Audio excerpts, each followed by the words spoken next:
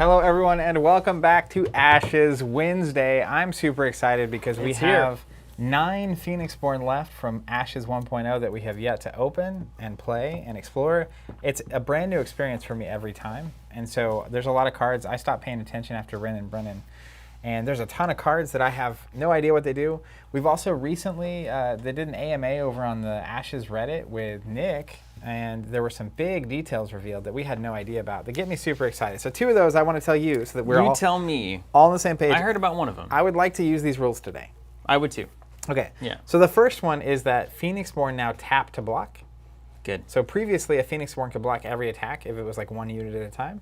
And so early on, it's a little bit like Flesh and Blood, where like you can just take the damage on your Phoenixborn to get a big board. And so that would very consistently lead to much wider board states. Right. And then Phoenixborn, like Maoni, only have a battlefield of 3, are super restrictive because the way the game ended up getting played is you take 5 or 10 damage early on your Phoenixborn, you save your units, and then now you have a battlefield of 5 or 6 things, which is impossible for something like Maoni to even. Battlefield 3 is so little, you can't block it all at that point. So that's one change. You tap, you can only do that basically once around unless you can somehow untap. You can block for a unit with your Phoenixborn once per round, basically. And this also ups the value of unit guard a ton. A ton. It also makes it a more interesting decision for you as a player because a lot of times your opponent is just dictating where all your damage is going. Because it's like at a certain point it's a false choice. You know they're going to block with their Phoenixborn anything you try to do to get their units off the table, the units that are a problem for you, and there's literally nothing you can do to stop it. And so it's like, well, all right, Phoenixborn takes damage, Phoenixborn takes damage, but then I still lose because they have control. Obviously it's a lot more interesting. Way more interesting. All of a sudden now if you use a block early in a round 2, I don't like, you can sequence. Sequencing becomes more important, which is sequencing is the name of the game in Destiny and this game, why I like both of them. But it's basically like if I have a threat out and I attack one of your units, if you block with your Phoenixborn now and I still have a full hand and my full 10 dice, do you really want to invest that block? But you might not. There might not be another block opportunity. It's so good. So it's super cool. I like it. It's a lot better. The second thing, and I think this is a really smart streamlining of the actual like way combat works in the game, is when a unit blocks, it must attack back. Really? You don't have the option to. Where'd you hear that? Was that on the Reddit? That was on the Reddit. That was the other big rule change where it's like if I attack and you block with a unit, you have no choice. You strike back. So you will exhaust a unit even if it doesn't, even if you don't take it off the table. Yep. And so oh my gosh. The basic idea is that that's a huge change. Yeah. So if you think about this, you basically condense the battlefield down because units aren't going to be able to be as blockable from the Phoenixborn. And then also when you do block, you can't have a unit that like if you had like a unit guard with 3 health. It's like could block 3 or 4 different little attacks. Right. And now they're not going to be able to do that. Okay, so now they counter, and then you exhaust them. That's fantastically interesting. Yeah, and so there's a few other like minor things I caught, but there's an AMA thread over on Reddit with a bunch of details. Nick was giving some great answers about everything. People were asking all kinds of things. Yeah. Literally ask him anything. But a few other things I noted that were cool. Unlikely to add new dice anytime soon. So they're going to add the time dice in the Breaker of Fate expansion. It's through the subscription. It's going to be the 1.5 upgrade kit. Then the Breaker of Fate, I think is what it's called. Yeah, Breaker of Fate. Deluxe, that's got the box and the dice and the time dice and stuff. But then at that point, he was basically saying those are the ingredients of the game. So he wants to work within the constraints of those ingredients and those mixes. And he kept referring to different Phoenixborn as a mix of 2 ingredients. So he would say, you know, like basically we're going to have with the dice that are here, right? There's 6 different colors. So there's going to be a Phoenixborn that releases for each like time dice plus each of these. And there's already like Phoenixborn that are supposed to be, you know, like charm plus illusion magic and that kind of thing. But that was the thing that was cool. Also, the total removal of conjuration removal. So one of the things I think we had a character with it last week, or like where I could literally remove from the game your conjurations, which come from your conjuration deck. So that's getting out of here. Of course it's going. Yeah, because of course it's going. I could see why you would want to play in that space, but like that's just dangerous fire to be messing with. And apparently there are rhinos in the game that I'm unaware of. I assume they're in one of these decks. They're getting a massive buff because they weren't good enough. That was the notes that These are all good things. So checking in with the chat here, kind of the first change I think is universally loved. The second one is a little more divisive. Volantra's saying that's brilliant, simplifies the whole combat system. Jordan S. don't love that second change. Gustav saying so basically you exhaust to block, and so there's no point in not dealing damage back. So it's kind of fixing, it's doing the same thing that the Phoenixborn is doing, where if you block, essentially kind of you're exhausting to do it. And so with units, you may as well then. Strike I'll back. bet they were testing that change, and it was like, well, my Phoenixborn exhausts to block, my units don't exhaust to block. That feels a little bit weird. So why don't we just make it where anything that blocks is essentially done for the round? Yeah, and that's cool because like it makes a few things happen. One is it just really cleans everything up. Like blocking is a very costly thing to do. And so when you do it, it's either your unit's going to leave play or it's going to be exhausted. You know, Same with the Phoenixborn. I like this actually. Yeah, but then the other thing it does is I lost my total train of thought. I'll tell you what it does is it makes it feel more like spoils for me. Like the combat actually gets more interesting for the attacker at that point because you're able to more like readily launch your plan without having to worry about the fact that any plan that you can construct is going to be torn apart by X, Y, or Z. And the simplest version of that is the Phoenixborn is just going to block my 3 attacks. I'm going to stay in this awful board state that I'm already in, and the game is just going to get worse for me. Yeah. So I like having a way out, and I also like the idea of like, oh, you got this big unit out, I can sacrifice a unit to it to lock it down for the turn. Almost in that way, it feels a little bit like Bushido. I don't know if you guys have played Bushido, the Man, I haven't thought miniatures about game. Bushido in a long time. But one of the cool things about that game is that attacking and defending is as much about tying up units as it is about actually achieving your objective.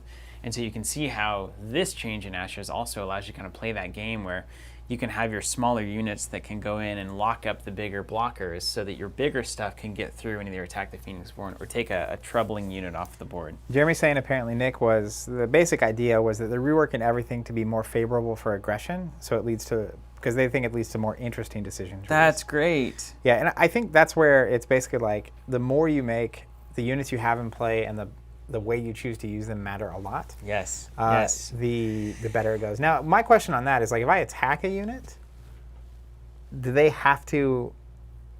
Would they exhaust and defend without blocking? That's or what- is the block action the thing that if he does a unit guard, because only unit guards can block. So are we saying if a unit guard uses that ability, it exhausts to do so? Well, so any unit can block your Phoenixborn. Mm-hmm. Only unit guards can block other units. That's right. So like that's right. technically, I could attack your Phoenixborn. If you block, we know you have to exhaust now, and you have to basically fire back. So if you attack my unit directly, do I have the option to counter or not? That's a what good I'm question. curious about. That's a really good question. Because then, like, just having things on the table means I can fire a shot at you. Grant says the attacked unit does not exhaust, but it can counter. So you still have the option to counter if your unit's being attacked directly. But anytime you're actually blocking, it's basically anytime you're changing the target of your opponent is whenever the exhaustion has to happen, which is very reasonable. I actually want to get it on the table. I want to play it. Okay. Let's just get it on the table. You want and to see pick what some looks- Phoenixborn? Do you care about release order anymore? Also, apparently Jericho is rotating out. Is that right? Yeah, that's true. Yeah, So- the Jericho had a lot of it's not hard to imagine why. This is a deck that revolves all around basic symbols. So it doesn't need none of the cards in that deck, as far as I understand it, actually need any magic types to function. Oh, fun. So you might expect that you'd see a lot of those cards in competitive environments, et cetera, et cetera. Koji, okay, looking at Koji. Everybody wants Koji. I want to play, who do you have there? I want to play, I'll give you first pick. what was the one that blocked and did damage? You want to read them? There isn't. She's not here. Where's the Odette? Don't we have someone? Yeah, we opened her, so I thought we had played her, but we hadn't opened. Bring it on. I want Odette. You always pick my favorites. Yeah. All right. Well, you know, we got good taste. What can we say? What can we say? Odette. Odette. Oh, what? Odette and Astria look like they'd be like a Dynamic duo. dynamic fight. Koji? You want to do Koji versus Odette? You can't pick my Phoenixborn for me? You want to do That's, Koji? that's not how this works. Or do you want, if you love Odette, I'll play Koji. You play Odette. Hold on. It's already being opened. All right. Because you wanted to see Koji in action. Zach would love James. James Intersight. You like goofy stuff that ghosts and Let me see. phantom limbs? He does look wild. I'm going to take that for a yes. All right. I'll give you James. Why is James crying? Yeah, can Grant, if you're in the chat, can you explain the attacking defending rule for everybody in the chat, and then I'll repeat it here too. Tell you what, Nameen is one of my favorites. So good, Yeah. so good. I love the cards in that pack too. I can't wait to use them elsewhere. James has zombies. You're not really a zombie guy. I don't strike you as a zombie guy. No, you're not a zombie guy. Walking Dead was kind of okay. You kind of don't like for a while. creepy stuff, I'd say. Yeah, I'm not necessarily a creepy stuff kind of guy. I'll go with you on that one. Yeah, why? All right, look at Odette. Woo! Odette. The number of times Odette. I'm going to be saying, why is James crying in this match is going to be Absurd. out of control. Yeah, it's going to be too much, but we're going to live with it. Let's put these here. When a unit guards or blocks, it has to counter. But if Okay. it's just being attacked, it doesn't have to. That's fine. And what is blocking considered? Guard is Block is blocking when you, for like- a unit. Guard is blocking for a Phoenixborn. Yep. Okay. Okay, cool. Okay, cool. Yeah, that makes sense. When a unit is attacked, it can counter or not. Yeah, that's a good change. That's a good change. All right, let's Slick run change. this down real quick. So I have James Endersight, Phoenixborn of Morrowind, Battlefield of 7, 19 health, Spellboard of 3. He has an ability called Convene with Souls. Side action, exhaust, search your draw pile for an ally, reveal it, place it into your hand. Place a number of wound tokens equal to that ally's life on this card. Shuffle your draw pile. So he works like the black magic here. I don't know what the proper term for this is yet. I'll grab the card. Sacrificial? Sacrificial magic. That seems like it. Pain magic? Except for instead of dealing damage equal to their attack, he deals damage equal to their life to himself to get these things back. Okay. So that's probably pretty a certain cool. kind of unit. Then his conjurations are called the Fallen, and you guessed it, they be zombies. One attack, one life, one recover. Infectious damage dealt by this unit by attacking or countering cannot be prevented. Okay. So you're just a big old disease man. Looks like apparently the deck revolves around Summoned Fallen, so be sure to read and fully understand that card. Ceremonial Magic. Keith There it McDaniel is. saying, you guys rated my wallet on this one, sub to it, and rated Plaid Hat's website. Cheers. Awesome, Keith. I'm glad you're getting in. We got a ton of folks, guys. Everybody's in. It's over 1,500 at this point. It's over now. We've got a ton of people excited about this game. This is great. If we ever get to over 9,000, it's going to be... Oh, yeah. that'll be... there'll I'll be a come lot in, of I'll be things. dressed like Vegeta. We'll do it. All right, so James uses 5 Ceremonial and 5 Divine. Also the difference, he searches deck, not discard for those things, Oh, that which is... is very relevant. Yikes. So 5 Ceremonial, 5 Divine. We'll get that to you. Hold here. on, I'm just pulling up. There's a website called ashes.live. It's very good. It's .live. I thought it was .online, and I kept not finding it, Yep. so that's good. And there's the pre-con deck here. yeah, do that. So I First assume 5? this is... they're supposed to be the first 5 somewhere. So yeah, he's got 5 and 5. I love the black and red color in Hey, here. this is a good website. I tried to build a deck the other day. I had no idea what I was doing, Yeah. honestly. Well, why is James crying? First 5 suggestion pending. Oh, pending. Gross. Oh, wait, is it down there? There you go. That's some good So advice. someone's Somebody giving had- some somebody advice. had a take. So we have a Summon Fallen, a Chant of Sacrifice, a Reclaim Soul. Justin, we got about 1,500 on the sub right now. A little more than that. Let's get to 2,000 though. This is ridiculous. Let's go. Reaping Angel. Nah, I do. It's kind of vampire. It's just vampire-y almost. If we get to 3,000, I'll break into Rodney's house and make some kind of a gag video. We get to 3,000. We should get Rodney out here. That's what we'll do. Get set it Rodney on here. stream. Set it here first. What about Odette? Can you get me my suggested You don't need etceteras? I don't. Think I hope so. she's not all divine, which I think she actually is. That's fine. Because we only have 10 divine dice. Ooh. You can't Well, as long as we know you're using divine, it doesn't matter. Because you know yeah. the There we various go. I am symbols. all divine. She's so divine. Are we going to have to pivot? Should we just pivot to a different match? I'll play Odette next game. Okay. Okay? And then I'll do Koji. I heard some people calling for Koji. There's Code. Make sure he doesn't need. Let's see what Or he needs. Echo. What is Echo up to? Hold on. Let me just go to Koji while we're here. Yeah. Because technically the release that came out with James was Fiona. But I'll find Koji. The boy among wolves. 5 nature, 5 horsies. That's what I need. Sympathy and nature. I like that you know the names of these magic schools, My actually. early life. I'll eventually get there. There was some game where I thought, oh, it was Skytear with the various, like, Nupton and Leothin and Karomo and You know him better than I do. Talit. Tarlot. I thought I would never get there with the factions. Matthew on Facebook saying, I love the way Nick is taking the game, really focusing on rules that help the enjoyment of the game, like my hatred for canceling effects. Totally agrees with me on that. Must be a very smart person. Dab Time asking the question of the century: if I own nothing for this game, is the 1.5 upgrade pack going to be useful? Should I wait and sub after that product? It's going to be probably the most useful thing that you can have.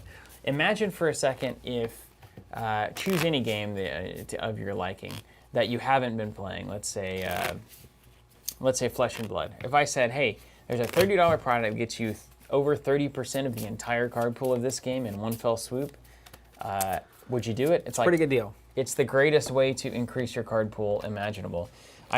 You should just buy a core set and that upgrade pack to start. I mean, that's just the best possible start. You get all these cards for deck building, you get all of the core set Phoenixborn, and then you can pick and choose from there which ones you want. Now, it is worth pointing out. 300 cards, yeah. I don't know if you're aware of this or not. I hope so. But you might not be. What's my first 5 here with Koji? You got the hot tips there? Yeah, it is Summon Indiglo Creeper. Is that another bird? Join the Hunt, Summon Biter. That's only 3 cards. I know, I'm not. Juggle Warrior and Lick Wounds. Didn't want to send too much at you too fast. Thank you. Well, my brain is a fast processor. According to you. Got him. Compared to that, hold on, let me find these other nonsense yesterday. School of Magic cards here. So the thing you might not know, as far as I know, and correct me if I'm wrong, chat, but I do believe that Plaid Hat is actually, unfortunately, out of the 1.0 core set. Yeah, so that's a good sign. That means that they've all sold since this was announced. But they are apparently going to have the 1.5 core set available later this year. So you can pre-order that, and then the 1.5 upgrade kit is going to be worth just having those cards for sure. Oh, look at this. I had a promo. Okay, so Summon Indiglo Creeper. Is this plants? Is this like, man, I actually like the plant Pokemon in Pokemon, obviously. Bolby? You know, like Oddish. He was odd. Oddish and, what was that poisonous, dang, what was that poisonous, had spores going everywhere? Blossom? Volplume? Those are, Vileplume? Yeah, Vileplume. Yeah. Yeah.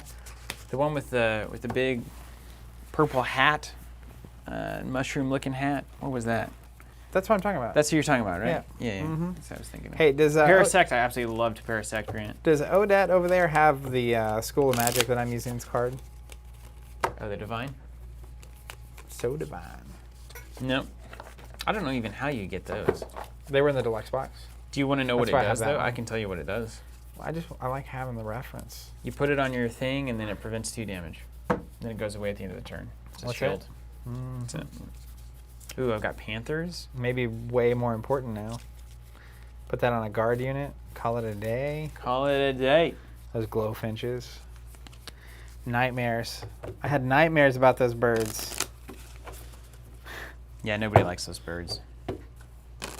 Look at this. I think the regular cards are good. Look at this full bleed promo that I randomly found that I had. Whew. Miss Spirit. It's hot. Getting hot in here. It's getting hot in her. All right. So this is where I will have my used dice, and this is where my active dice will be up here. This is my starting 5. This is my Phoenixborn, commonly referred to online, by the way, as PBs. PBs.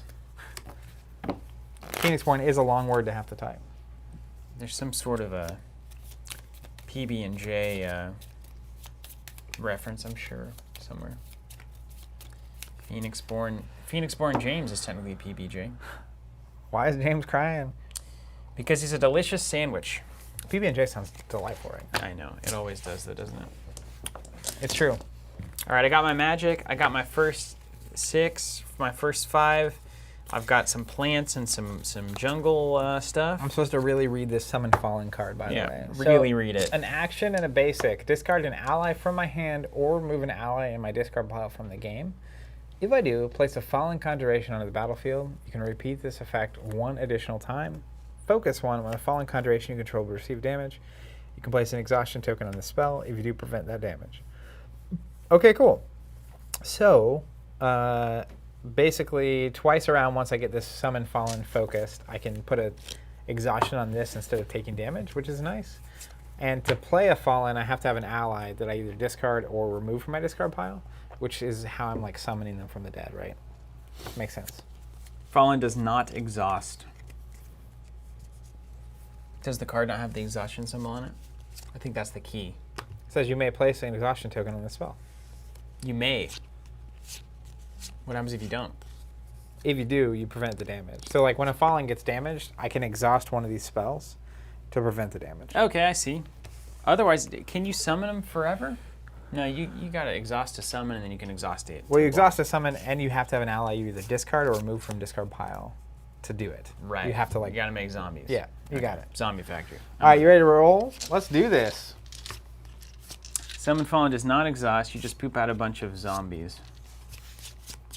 Okay. Oh, I get it. So it's an action and a resource. As long as you have the ally, you can put Fallens out. There it is. It's like a horde. Oh. Nice block. Did you block that? You Yeah, blocked with that my guy. foot, I kicked it back to you. Back to me. Oh, God. Things falling on the floor. You guys experience this? Oh, there it is. Right there. You go to like a store, a game store, game place, what have you. Is this the highest or medium? Something drops and it's gone forever. That's the medium. The Medium? lion is the biggest, I think. Isn't it a lion? It is a lion. I got 4 basics. I'm not lying. 2 basics, 3 basics. I'm first. Give me that token. Boosh. Boosh.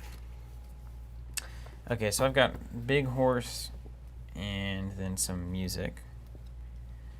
And then some basics. Grant asking, can we see the pop-up of Koji? Yeah, we should be able to pop Koji up. Koji. Koji Wolf Cub, a boy among wolves. He's like Mowgli. Mowgli? Mowgli? Mowgli. Mowgli. M-O-G-L-I. Mowgli. M-O-W-G-L-I? Mowgli. Yeah, I mean, look at this, right? This is on the nose, too. Check out Sleeping Bear. Ah, it's his friend with the honey. Baloo? Isn't it Baloo? Oh my goodness, Lick Wounds, this is hilarious. I'm gonna love that. I love Jungle Book growing up. It's got the panther, you know? Oh my, it really is. They went there. They went there, yeah. They went there. You got pretty much all of it. And then a bunch of Baloo? angry... I nailed it. It was angry Baloo. What's the trees. panther's name? Is the snake in there?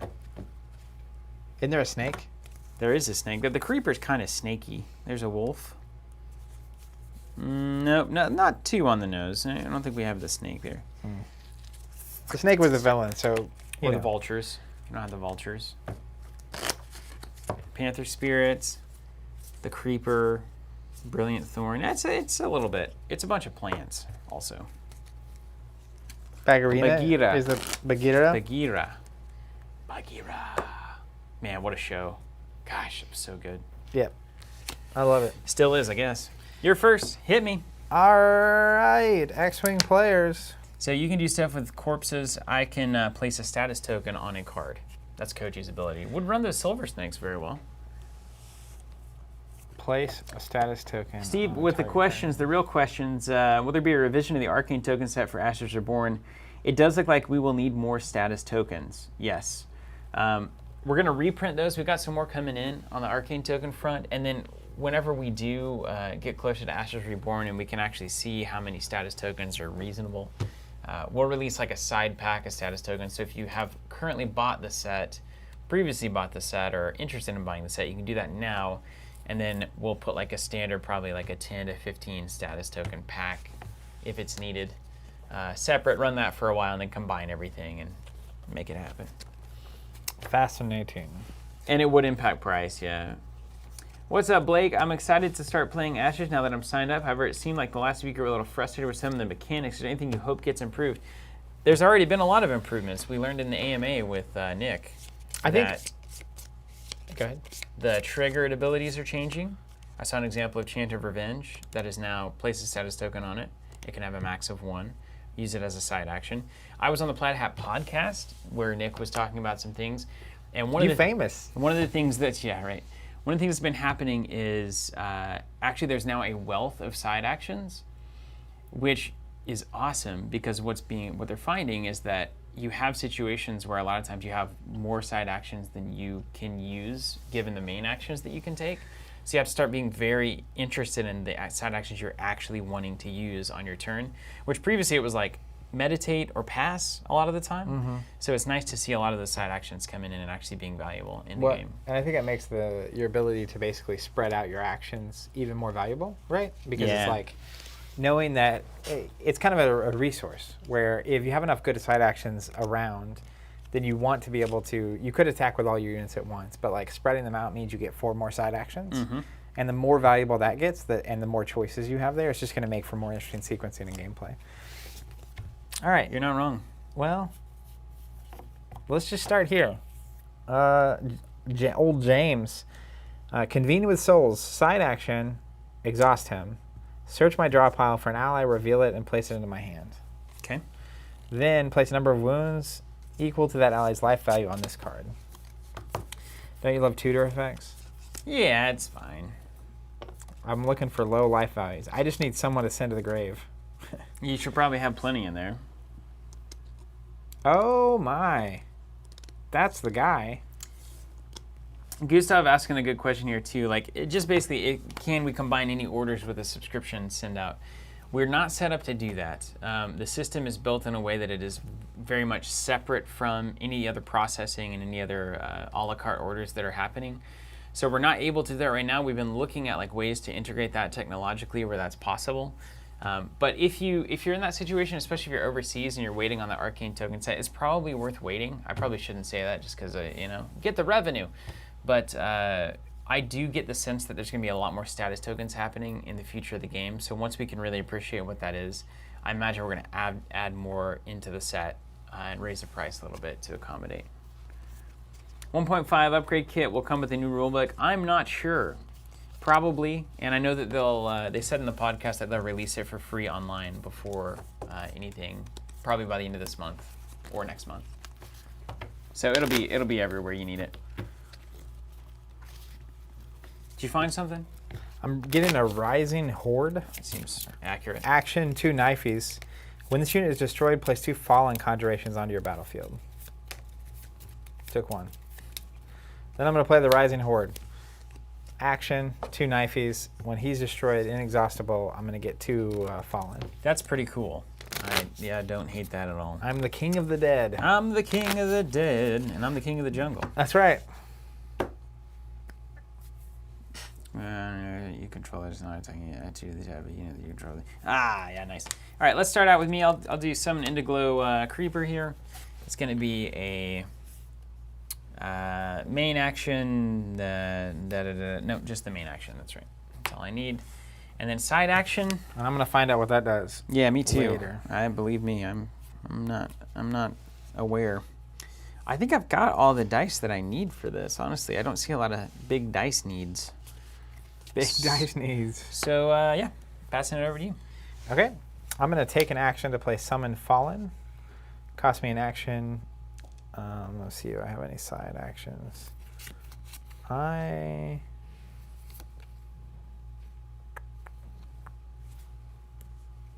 This your battle line? Look at it, it's all the way over there. What are you doing? We fighting a battle across the globe there? My battle line? So this is my spells, and this is going to be, I have a big battlefield of 7. Okay, yeah, that's true. You're going to have zombie time. So I was just preparing for the horde. All right. But I can move him wherever you would be here? more comfortable. They can't see it, can they? It doesn't much matter. I didn't know if that was behind the... Or this is I went through all these issues. Didn't we have it where the thing was pointing at the first player? We can. Isn't that why we did it? Yeah, we'll do that. And like if you flip it. Okay, we'll do that. Okay. Anyways, lots of dancing. I'm not going to take any... you know what? I will take a side action. Let's meditate. I feel like getting some allies over here is going to allow me to bring forth all right, fallen that's a good idea. Oh, let me see what I need. That's fine. Okay, I'll meditate. Yeah, Grant, you're on it there. For 2. Nothing. No allies, but we will turn these into goats. There's another rally the troops. That's a bummer for you. Not for me. All right, given that I don't really know what's going on here, how about we summon this creeper? Because I want to read the text on it. So let's do an exhaustion on Summon Indiglow Creeper, the old spell book. Let's do a leaf. And let's do a flute.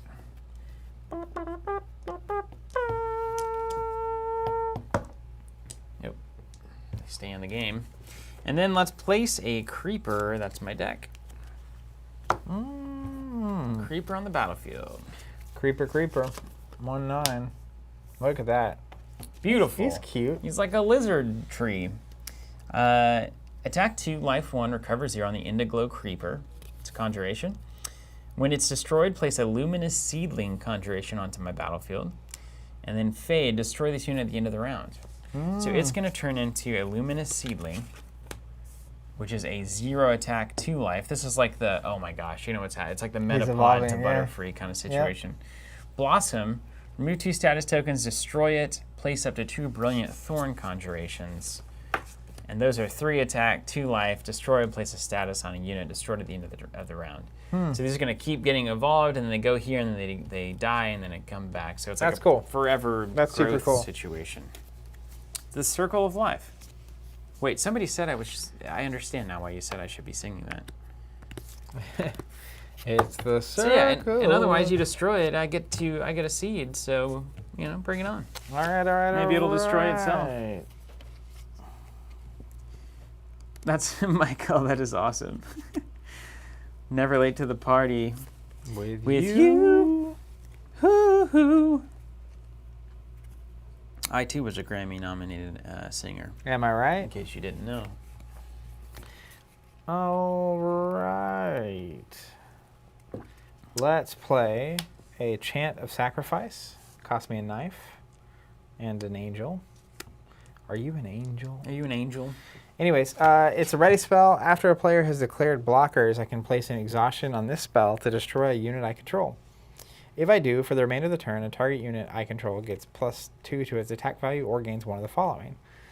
Battle advantage. When this unit is in battle, it strikes first. Armor 2, prevent 2 damage when it would take damage. Okay, so you can just manipulate stuff with your chanting. I think that's another thing. So I meant to get to this earlier, but someone was asking about what we'd like to see in 1.5.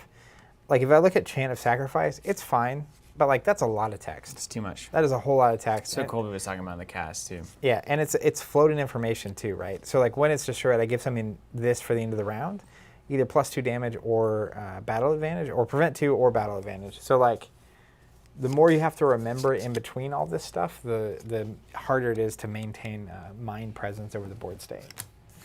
Play the old Summon Biter spell, and then pass the side action to you. Now, those are, what's cool, they got into it. Let me look at this, if you don't mind. Don't touch my cards. Is that these are different looking spell books. They started changing the what's around it. I haven't seen that before, but this is cool because you got some Christmas lights and like a compass looking thing.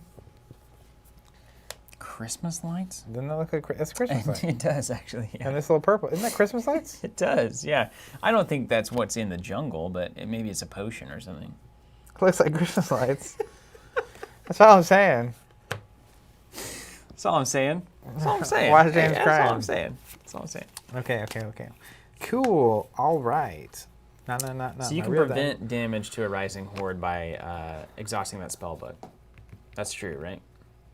No, he's not a Fallen Conjuration. Oh, cool. So I can just go kill that Horde. Easy. But when he goes away, 2 Fallen come into play. So we're playing a similar game. Yeah, but I've got a battlefield of 10. Yeah, it's absurd. Obnoxious. Yeah. I would never want that to actually exist. Hopefully it won't. I'm going to play a Reaping Angel. So that's going to cost me a dagger and an angel. It's a Reaping Angel. Makes sense. Makes sense, yeah. Dark Angel. How about that? It says, offer, when this unit comes into play, I may search my draw pile for an ally. Place it on my discard pile. If I do, recover a number of wound tokens equal to that ally's recover value from my Phoenixborn. Yeah. From my draw pile. Yeah. Sustain 1, when a unit you would control would receive damage, I can place a wound token on this unit. If I do, prevent 1 damage to that unit. Cool. So I'm going to search my deck. So you can always soak 1 damage from anything on your board to Reaping Angel. You got it. This is Plants vs. Zombies officially, yes. Plants vs. Zombies. We're going to put an Immortal Commander in my discard pile, and it has a 1 recovery, so I'll heal 1 damage. And it's your turn. That was my action. I feel like you're doing things well here. I have no idea what I'm doing. I'm just playing the cards in my hand. Just playing the hand that was dealt me. What up, T-Bones?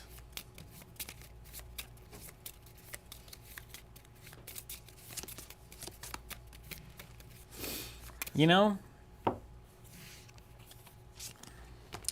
let's attack your Phoenixborn or your Reaping Angel for 2. You weren't supposed to do that. You can't like give it armor. Can you give it armor or anything with that chant? What does that do? So the Chant of Sacrifice says after a player is declared blockers, That's you. Could be that player. but units can't block, so I'd have to block with my Phoenixborn.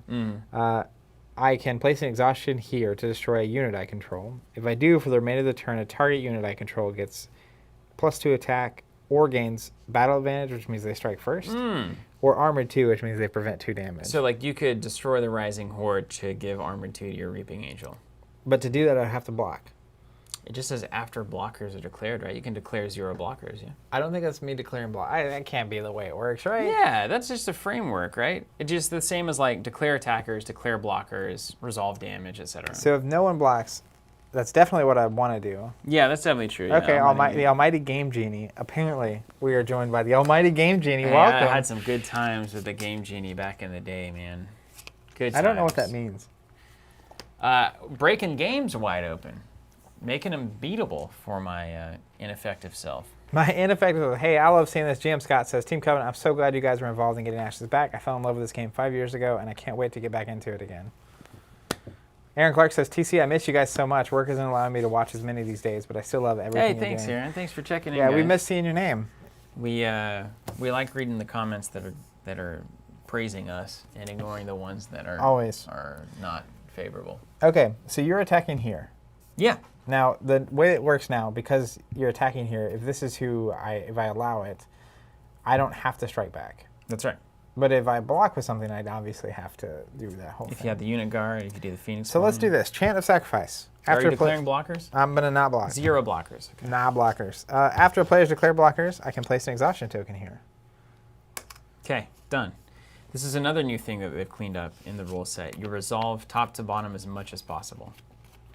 You don't have to reference the bottom of the card to figure out how the top of the card works. That's Just good. run it Yeah, down. that's just clean rules. Yeah. Destroy a unit I control. I'll destroy the Rising Horde. Sure it's not the Reaping Angel? I think it's the Rising Horde. Okay. If I do, for the remainder of the turn, a target unit I control gets +2 to its attack, or battle advantage, which means it strikes first, or prevent 2 damage. Do you want to give it armor too? I feel like the armor 2 is the best thing to do, because I don't want to destroy that and give you another unit. You could do the same thing with battle. You could give it battle advantage and then strike first. But then I'm exhausted. That's true. If I give it armor, now you're exhausted, you don't blow up and get your next stage, and then also now I can attack you. That's right. I'm going to play the Bugatti game. We'll give armor 2. All right. Let's do armor 2. But then my Rising Horde got destroyed. When it leaves play, I get to put in 2 Fallen Conjurations. Ah! Here they come. Damage dealt by this unit can't be prevented. All right, and then you're choosing not to counter. Not countering. Okay, so I exhaust, I do 2 damage. And I cancel it. Armor says no. Side action, none.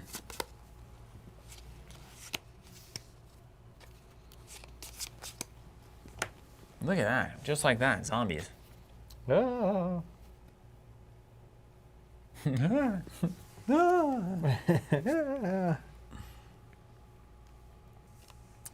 I definitely want this to happen. I'm going for the Gusto. All right. I'm going to play the Immortal Commander. And action. Oh, no, I can't do it. I got to meditate. Meditate first. Meditate for 1. Let's get another angel. Angel. Are you an angel? Immortal Commander cost me an action and 2 angels. Check this guy out. He can take a side action to exhaust himself. Good. I like that. Command 1, which is inexhaustible. It's got that box around it. While this unit has 1 or more exhaustion tokens on it, the attack value of all other units I control is increased by 1. Oh, that's amazing. What a cool mechanic, too. Yeah, he exhausts to be a commander. Soulfire 2, when he would leave my discard pile, I don't like text that is alive in the discard pile. You can spend a lion to deal 2 damage to a target unit. It has the little symbol, too. That box means the discard pile effect. Infinity. Yeah. Spend 1 lion, deal 2 damage to target. Yeah, okay, so you bring him out of the grave, and he comes in with a little heat. Yeah, so it's pretty good, especially with the ceremonial magic, right? Because like I can use a goat to get him out of discard back to my hand, and then I'd take 2, but then he would do 2 to something, which is a nice little side action. All right, let's play a Juggle Warrior. We're going to spend that and this. Play that to play this. Yeah, play that to play this. Jay Rutley asking about the dice. So we made the tokens. He was asking if these were custom dice. These are actually just the dice that come with the game. Can you believe it? They're fantastic. And then the tokens we do make, they're called arcane tokens. We have a wait list on the site if you want to sign up. Okay. Juggle Warrior comes in as a main action. It's an ally. Destroyed, spend a basic, remove an exhaustion. So if you destroy my Juggle Warrior, I can unexhaust my creeper potentially. And when it's destroyed, I can also place a status token on a target unit, which could be good if I have a little need to hatch cocoon out there. How good is this art? And then side action is. Did you see the sword pass. she's carrying? No, I did not. Look at the sword. You can barely see it, but it's gigantic. Oh yeah. Oh wow. Cool. Actually, that is really cool. Hold on, I might have some things to do here.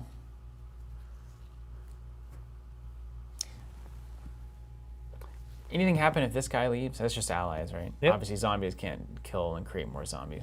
Right. I'll side action for a zombie. He's fallen. Get it? I get it. Very clever. All right, mine. Yeah. Let's go. We'll go summon fallen. So cost me a resource and an exhaustion. And it says discard an ally from my hand or remove an ally from my discard pile from the game. So we're going to be doing that. There are no allies in there. There's 2. If I do, I can place a fallen conjuration on the battlefield. Oh, it doesn't exhaust. That's It just right. cost me a resource. Place fallen conjuration on the battlefield. I can repeat this effect 1 additional time. So I'll remove 2 from the game. And I will get 2 fallen conjurations. Don't mind me. The What is horde this zombie horde mounts. nonsense? We'll just do this. Where's my AoEs? Where's my dragons? I was actually a little bit afraid that you would have a 1 to everything situation. I might. Then as a side action,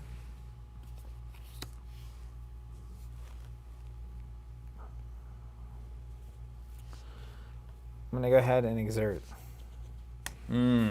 Yeah, that's the stuff right there.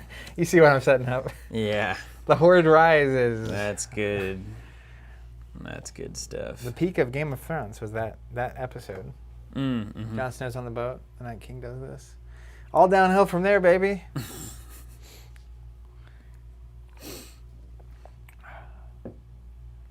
And you can block both of my stuff with your Phoenixborn there, can't you? That is correct. Save it, but it's 1 block around now. Yeah, Otherwise, you which can is see why that'd cool. be annoying, right? Yeah. All right, let's get a biter in here. Let's see what this guy does. Nom nom nom. A leaf and a basic. I guess we'll pull a basic from here. Let me make sure I don't need that for any reason. Nope, don't need it. All right, let's see what the biter's up to here. Late to the party, it has unit guard. With you. Rooted, it can't attack, it has 2 life, and it has unit guard. Nice. So it's a blocker that swings back for 3, which is I pretty love impressive. when they come up over that border like that. Yeah, I don't know why they're the only people that have figured this out in all of publishing of card games. It's actually infuriating. Well, here we are. All right, main action there. Side action.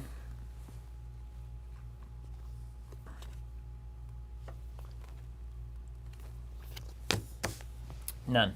None. None, he says. How many? None. None. 0. Well, now it's time. Seems like horde time. Nom nom nom nom. They're all going to attack your Phoenixborn. Mm-hmm. They'll have +1 attack from my immortal commander. All right, and so I can throw my stuff in here, and I get to choose where they go, right? This guy looks like the mouth of Sauron. Remember that guy from Lord of the Rings? Doesn't have any eyes. Comes out to talk to Aragorn. Mm-hmm. And now armored is forever. Is that right? Like Tiffany's or whatever. That was for the turn, not the round. So Right I assume on. that was just for that, Okay, that good. instance. So we can try to knock you out here. Late. Okay, so 1 and 1. 1 and 1. Can counter. And this is where if I block here, I have to counter, right? Yeah. Now that's the new thing. The new thing. But that Reaping Angel is ready to go. And a unit would receive damage. You can wound here. I should have done that earlier. Prevent 1 damage to that unit. Okay. Learning. So 3 here covers up the 2. That Reaping Angel looks terrifying. I love the Reaping Angel. And then 2/2 should be able to cover up a 1/1. It's like technically a 2/1 though, right? Two damage, all yep. 2/1s, including the Reaping Angel. Everything's +1. Every single thing on your battlefield. 1 or more exhaustion if the attack value of all other units I control is increased by 1. Imagine if there were 3 of those guys. That's out. bogus. Okay. Maybe I don't block at all. Well, he can't attack, right? He cannot attack, yeah, so he can definitely block. That's all I'm going to do there. All right. Take We'll 6. start here. Yep, you'll take 6. I'll knock that entire stack over. And then these 2 things kill each other unless you got weird got stuff it. I don't know about. You got it. You got it, dude. You got it. Look at you all exhausted without any dice. I got the run of the table here. I want to claim the battlefield. I started. The ice is finally melting on my Star Wars blues. Yeah, good luck proving it. I'm actually now going to be sorting my Destiny stuff so that I can build those transformation decks so we can finally stream it someday. But I was unwilling to even deal with those cards until now, so that's a good sign. I'm at least willing to deal. You got a deal, man. Oh, you know, I feel like, yeah, this guy's got to go. So I'm going to use a side action. I love that art, dude.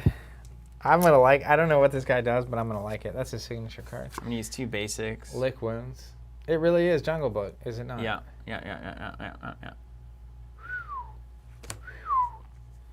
How good.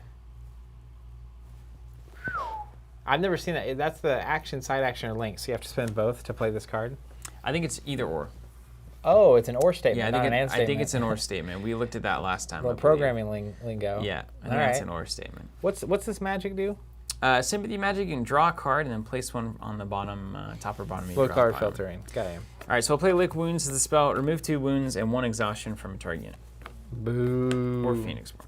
Okay. And then main action, get ready. Main action, let's roll in. I guess that Immortal Commander is kind of a take care of this later problem. Because if you just bring him out, you just do 2 when he comes back in. So I should wait. I should wait. Don't you think? Say what? Like, he has this come back in ability and do bad stuff, so I don't really want to clear him out right now, even though I don't like him. It's kind of a weird situation, because like with my ceremonial magic, you know I can get him back. Mm-hmm. All the time. So if you get that cycle going, it's too good of a cycle. I don't like it. Well, maybe we just take it to the Phoenixborn here. I don't know. These Fallen are not going to stop. I feel like I kind of have to clean it up, you know? They're not going to stop. This horde only grows. Let's go Fallen. There's the main action, yeah. Thanks. I had free one floating for some reason. Back to you. Claim. Nothing? Nothing. All right, let's play a Join the Hunt ready spell there. After you declare attackers, I can exhaust this spell, exhaust an unexhausted unit that I control, and add 2 to the attack value of a unit. So basically, like, you know, if the creeper's sitting around not defending, I can exhaust it to buff a unit by 2, which is kind of nice. Nice. I like that giant wolf. And then side action, I have none. It's got Star Wars vibes. I'll pass. Okay.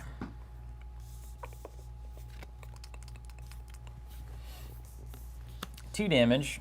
Is it going to be to the Fallen or the Phoenixborn? That's a good question. And what's your? You'd have to take 2 damage to bring him back with this ability. No, that's I'd have to take 2 damage to bring him back with this. Yeah, so that's kind of a tit for tat situation. And then if I evolve into the seed, you can just kill it, right? Oh, nice. I need that creeper to die. I don't want to die. 2 here. What's this guy's status tokens all about? What does he need? It's for the seeds. All right, I'm done. Are you done? I'm done. Everybody done? All right, so at the end of the round, destroy this unit, and it's going to turn into a luminous seedling. Blake, you can send multiple units attacking at the same time. Luminous beings, are we? So I think you need to have the unit guard whenever the seedling comes out, so that I can evolve it before you kill it. That's basically the idea, I think. I mean, you did this at the exact right time, because It's the end of the round. I know, but like you're Yeah, going to I be will the first player, that's right. so then you can side action. It's true. I can't call it. All right, draw up phases, roll dice. First of all, roll dice, discard cards first. You don't get to see hello those yet. Don't look there. at those yet. Roll those dice. Oh, no, you get to see, you get to see your dice. I'm keeping the card. It doesn't matter. Roll dice. Give me a bunch of goats. In what other game would you say that? What's the goat sound? Bah, bah. Is that a sheep?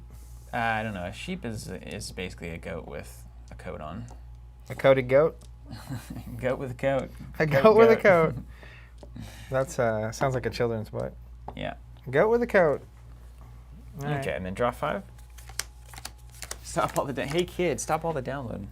Dude, there's a card that I just drew called Vengeance, Hey computer, don't hit computer. and the art is phenomenal. It's terrifying, honestly.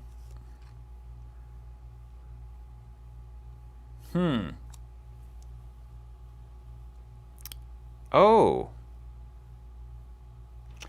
Oh, wow. Now we're getting somewhere. Oh, my. I get what's happening here. So do I. Okay. So let's start with me. Add 1 to the life value for the thing. What? So let's take a side action here with Koji Wolf Cub's ability, Accelerate Growth. We're going to exhaust. We're going to add 1 status token. You could be really good with this deck. You know, like all of them.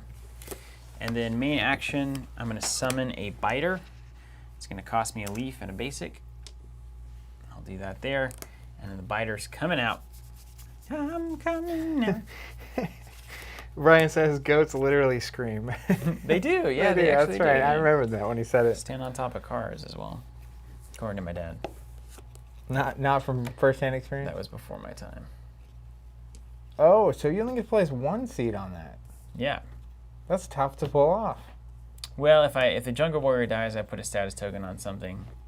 That's why you have to have a unit guard out. I've got to guard it. I've got to try to take care of my seed, so that it hatches into something beautiful. But like, I can attack you with all of my things. Sure.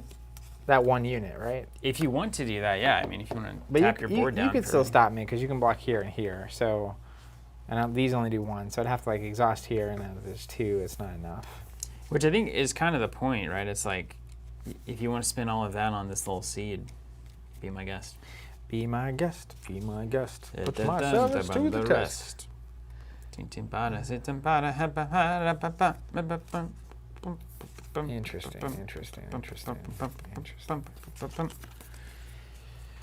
See my... I just remember the Mr. Burns version of that every time.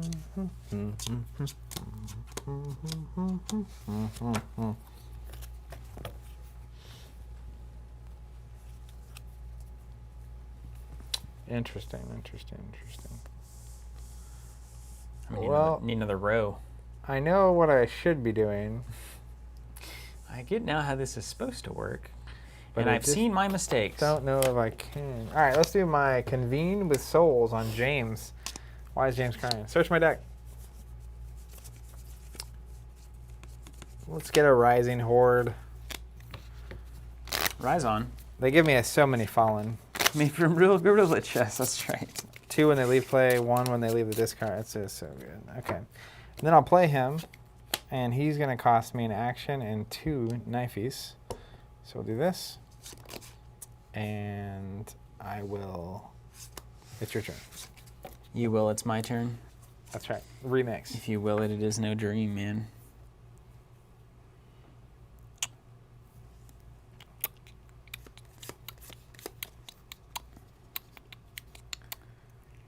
That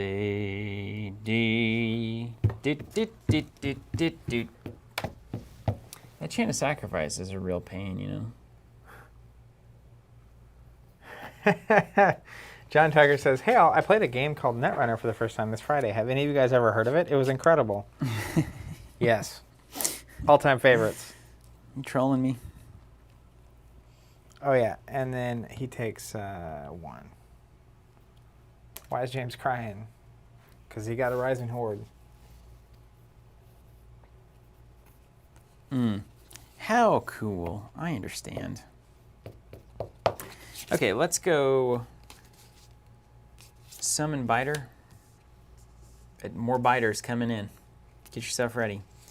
And then side action, a Mark of the Red Flower on this Luminous Seedling.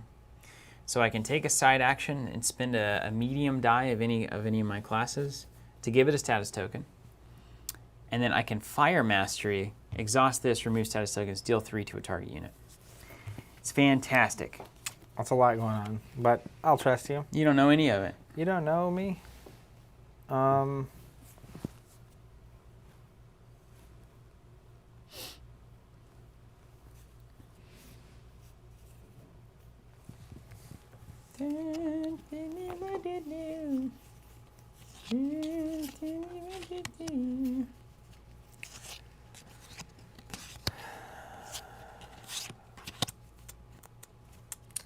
on, Horde Man.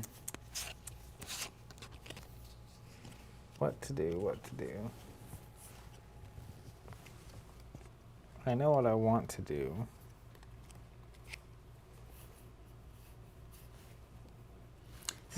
Chat, can you guys help Blake out? So, any recommendations for who to play with? What Phoenixborn to use to teach the game? Aerodel. Aerodel's a good start, yeah. And who else? Aerodel and Noah with the Wolves? Noah just gets hammered these days, doesn't he? Okay, let's do... I did side action. I need a main action. You know what I mean? You know what I mean? Mine? You know what I mean? Mine? Get it? Don't you get it? Don't you get it?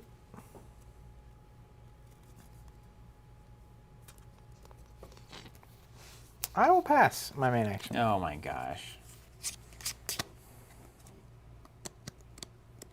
You're going to regret that. Yeah? Mm-hmm. We're not done yet.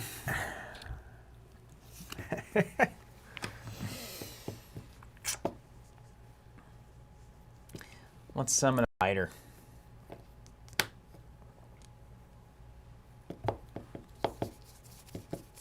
You'll notice that when a spell is focused, you can use it multiple times. Whew. Getting bit. Nah. No. You're real, Dad. All right. Getting bit with it. That's funny. Stream's really turned into something interesting, hasn't it? All right, mine. Am I good to rumble? Yeah, sure. Come on in. Let's meditate for 3. Wow. You going all goats? Oh, you got your commander there in the dig. Yeah. That solves my problem. Keep it yeah.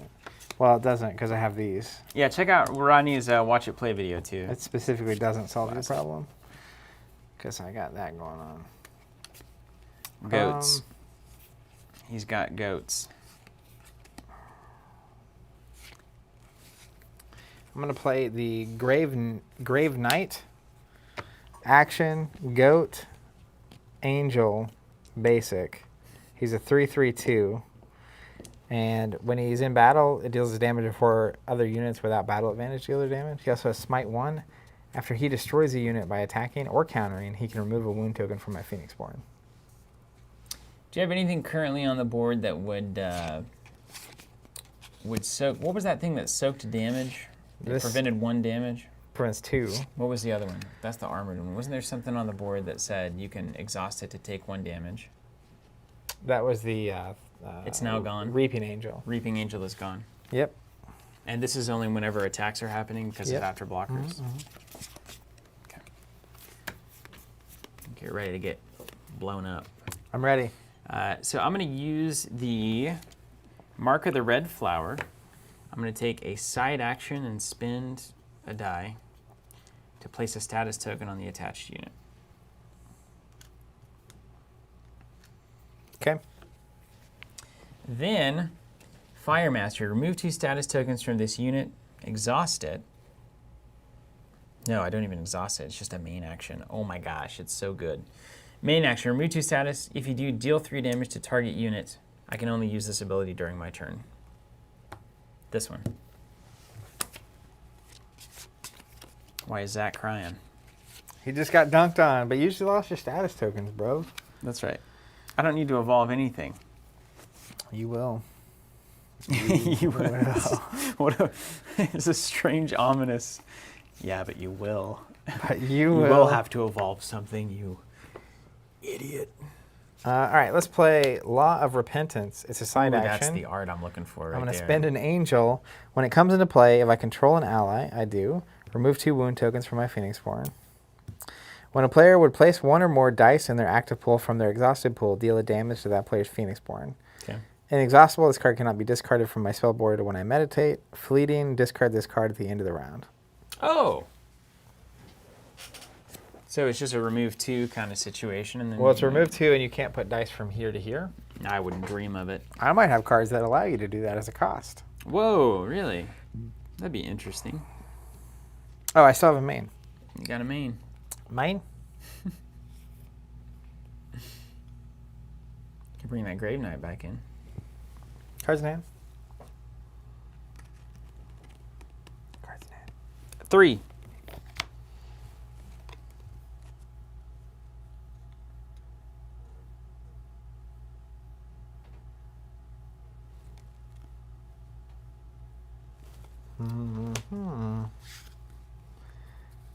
Let's...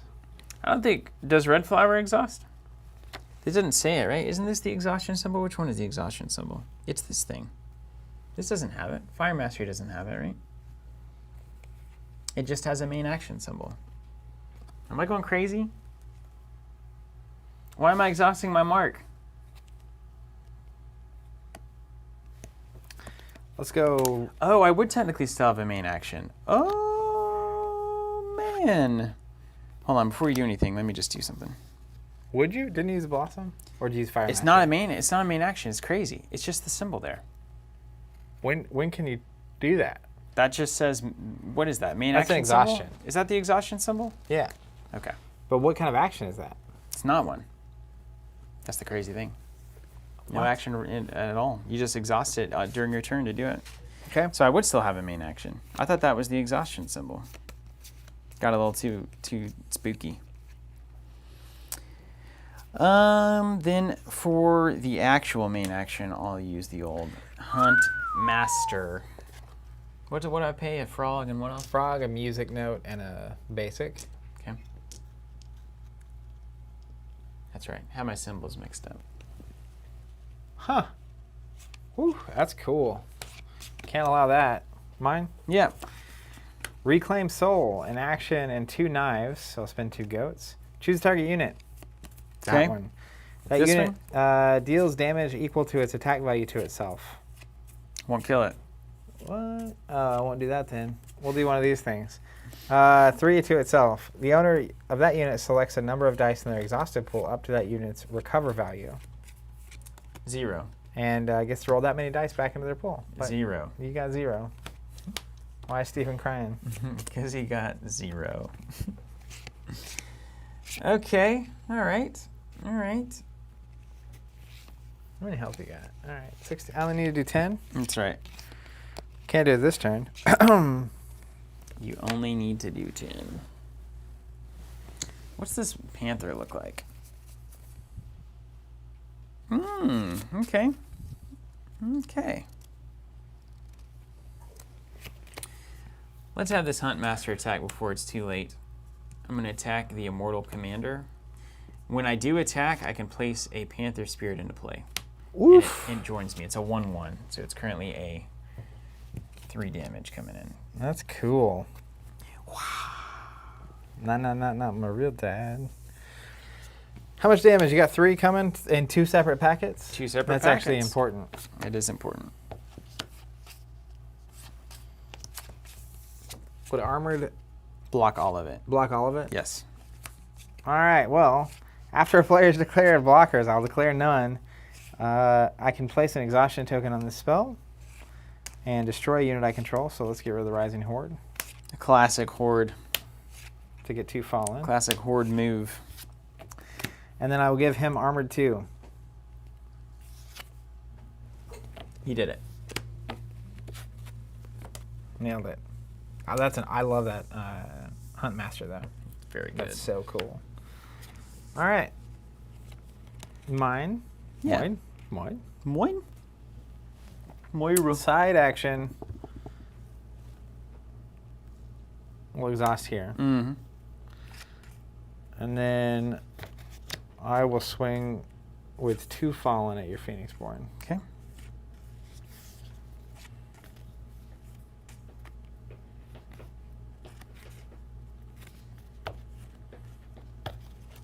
Well, they're doing 2 damage. Mm-hmm.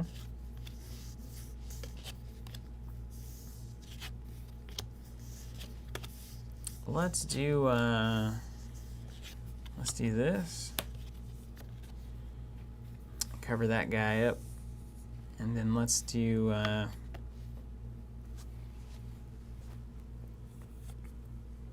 yeah, let's do this one as well. Yeah, I like this unit guard. I'll take 2. All right. This one comes through. And then these guys resolve each other's combat. So 2 to you, 2 to me. Yep. That'll kill me. I have this Last Orders ability. When it's destroyed, spend a basic to remove 1 exhaustion token from this unit, or from a target unit. I'm going to remove 1 from the old Hunt Master. And when it's destroyed, place a status token on a target unit. Tend the seeds.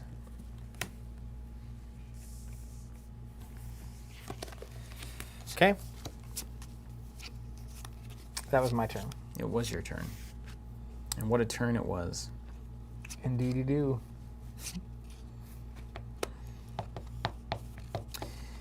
No. Side action. Status token. He's loading up. And then we'll do main action. Remove 2. Destroy this unit. He gone. 2 hatches into the battlefield. To his final form. Now I have my final form. Brilliant Thorn times 2. It comes in with 2 of them? 2, if you can believe it. Hatch on. Huh. Huh. Have some Godzilla trees coming at you, buddy. I love the idea. I'm going to be honest. Yeah. All right, X-Wing players. Mine? Let's summon Fallen. I'll spend a basic. I'll Did you quit summoning remove a Fallens? unit. Let's get rid of, permanently remove a Rising Horde to get a Fallen, and then I can do it again. So let's get rid of a Grave Knight. And do it again. You're up. Yeah, no unit guard. No unit guard, but I do have my Phoenixborn. Mm-hmm. Does he have to exhaust it to? No, he's He taps. taps, He yeah. taps, right? And then if I send 2 things, can it, the Phoenixborn Only can blocks block one them of all? them. It only blocks one of them. Mm-hmm. That's true. You have your strat now. You're certain that's true? Absolutely.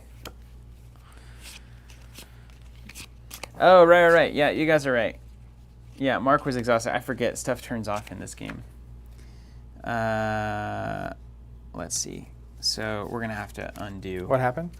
So the Mark that was adding the exhaustion or the status token wasn't actually able to do that because it was exhausted. And I forget that when things are exhausted, they're blank. They blank. So these guys are not here. My play doesn't change though. This is here. Yeah, you're still doing the zombie man it. Still a status token here. This is exhausting. So you couldn't get the second status token. Couldn't get a second status So token. technically, you get to do something, then I get to do what I did. That's right. But what do I get to? What do I do? So I've got my 1 die back. What do I do with that? Do I? Didn't I? I see you crying. Well, before your Fallen do their thing, I guess before those guys are out, I'll probably try to kill that commander.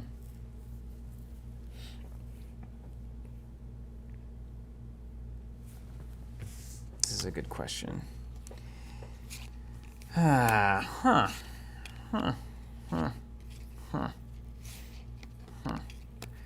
And then you dogpile the seedling? That's no fun.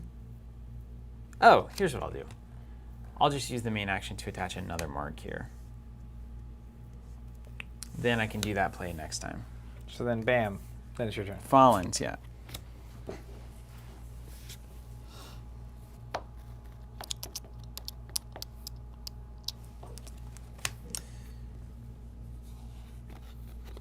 Huntmaster. Attacking. Man.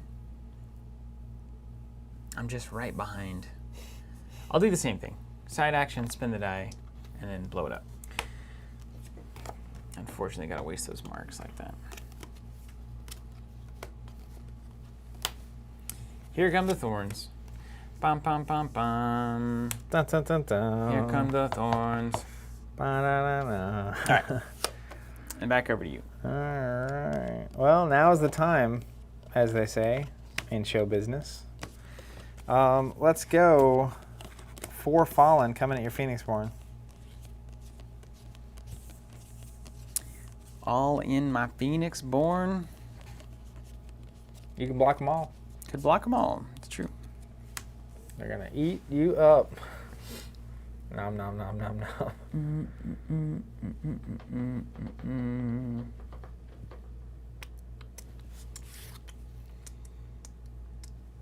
2, 4, 6, 8, eh? Who do we appreciate? I'll block 3 of them. And then take 2. Unless you got shenanigans. I might have shenanigans. I'll await shenanigans. Yeah, that's fine. So 2 damage, 2 damage, 2 damage. One of them still stands and it's exhausted. They be fallen.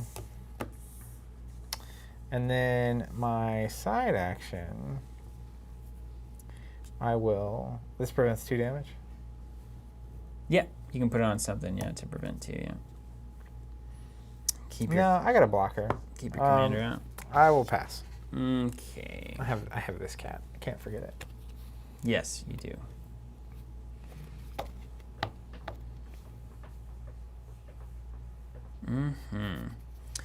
Okay. Let's Huntmaster.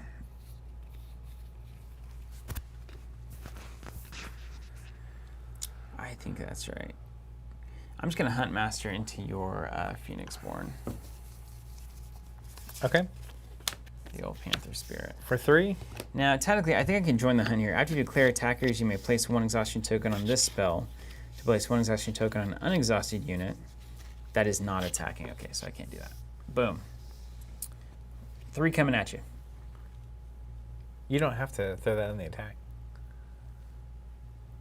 No, I don't. So if you wanted to be out here, you could exhaust it and give yourself +2. Oh, yeah, that'll instead. work. Let's do that. I think that's... Technically, it's 1 more damage. Yeah. Use join the hunt. I will take it. 4. Take 4. Boom. 10-4. Mine? Yeah. Mine? Yeah, let's go main action. Spend a resource. We will remove the Reaping Angel from the game. And this other horde. We'll get 2 more Fallen. Ah! This game is over. Yeah, it's a problem. Yeah, I'll pass. All right, 4 more damage at you. Coming at me. Reckon that commander's got to die. He's gots to go. I assume you pass. Yeah. I'll pass. Yeah. And then we all know what's about to happen. Yep. Don't we? I'll, So you get the first action, and then you attack with everything, and yeah. So bury basically, me. side action here. Send 4 fallen at you, and they gobble you up. That's a real aggro deck you got there. It's crazy. That's a real aggro deck. The rising hordes are wild-tacular. And the commanders, those commanders are fantastic. Summon the zombies. I like that the commander is going to Kill. be good in anything that has a lot of units. Yeah, commanders. Commanders are one of those quintessential units, really. Cool. Well, I'm going to switch to a new deck. I want Odette. What's your vibe? Give me the All Odette. right.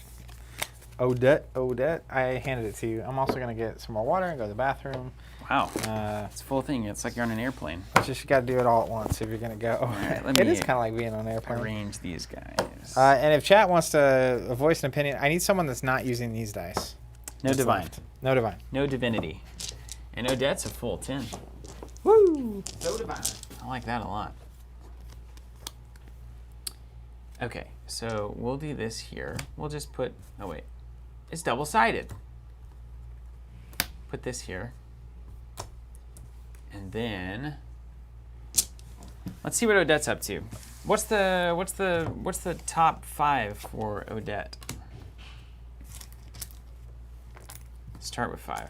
Okay, so the cool thing is, so Odette Diamond Crest, this ability, Retribution, after receives damage while guarding, so you can guard a unit with a Phoenixborn, place 2 wound tokens on a target attacking unit. That's great. That's just great. So like a retaliate kind of situation. We got the Lions, Sword of Virtue, destroy a target unit or remove all wound tokens and exhaustion tokens from a target unit. That's awesome. Heal up a unit or heal up a Phoenixborn. Power through, overkill 2, destroy a unit, deal 2 to that opponent's Phoenixborn. That's beautiful. Law of Sight, draw 2 cards, cannot play reactions. Ooh, Law of Assurance, so there's some laws going on. Here you go, look at Meteor. Meteor is what I needed this last game. That's the zombie killer. There's your answer right there. 2 damage to all units. So good. Yeah, we did play with Nemean last time. We've got a shield mage that looks amazing. Place 1 exhaustion token on this unit, and then it gives an aura. I like this mechanic that they introduced. Life of all units is increased by 1. Yes, yes, yes. Very good. Thank you, Thomas. Law of Assurance, Winged Lioness.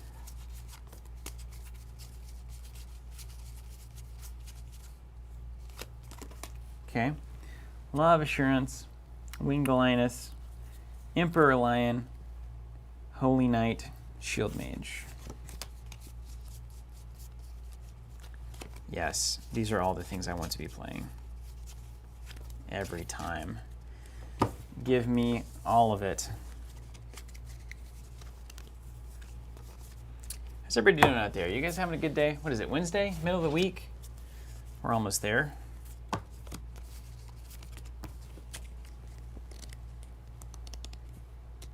Okay, so Thomas, you give me it could be also Emperor Lion, Winged Lioness, Power Through, Sword of Virtue, Shield Mage. We learn anything? Nope. Any votes? I'm going to do that one. I like that one better. Power Through, and this is the cool thing about the game, right? You can totally build a deck just around this opening hand that you build. Well, you have different opening hands for different opponents, right? That's right. You should be able to figure it out, right? If you're playing James, I'd get a Meteor in hand. Meteor's 2 to everything.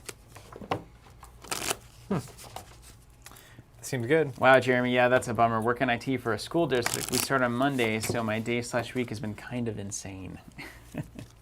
Yep. Crazy times. Harold's a vampire. I'll trade you. Harold's pretty high on my list. Ramia is pretty cool too. Creepy stuff today, man. Well, it's a dark day. Freaking me out. Ramia's got fish in it. I feel like I should save that for Steven. Pale steed mount. I do like steeds. Volantra, you decide an opening hand after you see your opponent's Phoenixborn. Yep. You're a vampire, Harry. Jeremy, happy to do it. Awesome to hear that's the case. Robin says, Harold if Zach wants to win again. I do like winning. Not gonna lie. Any other votes?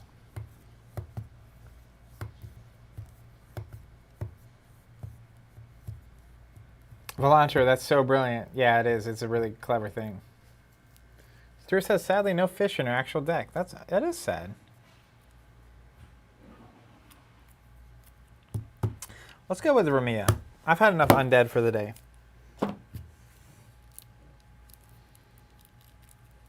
Jason saying I vote Jericho. Yeah, Jericho's not happening. Can't do Astria because she takes Divine.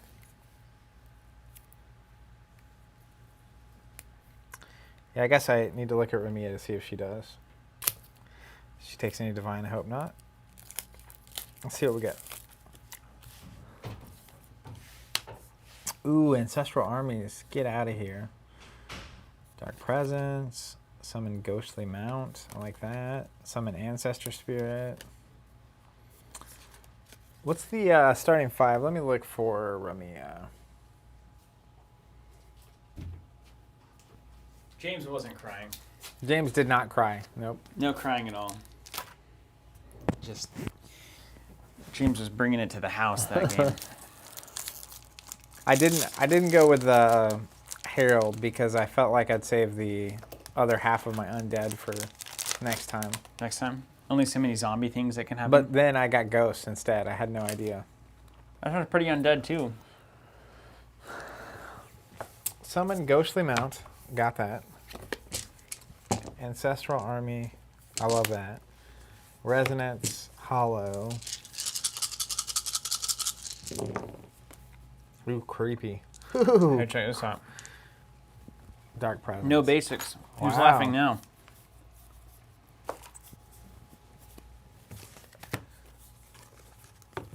I got Ghost again. It's all undead.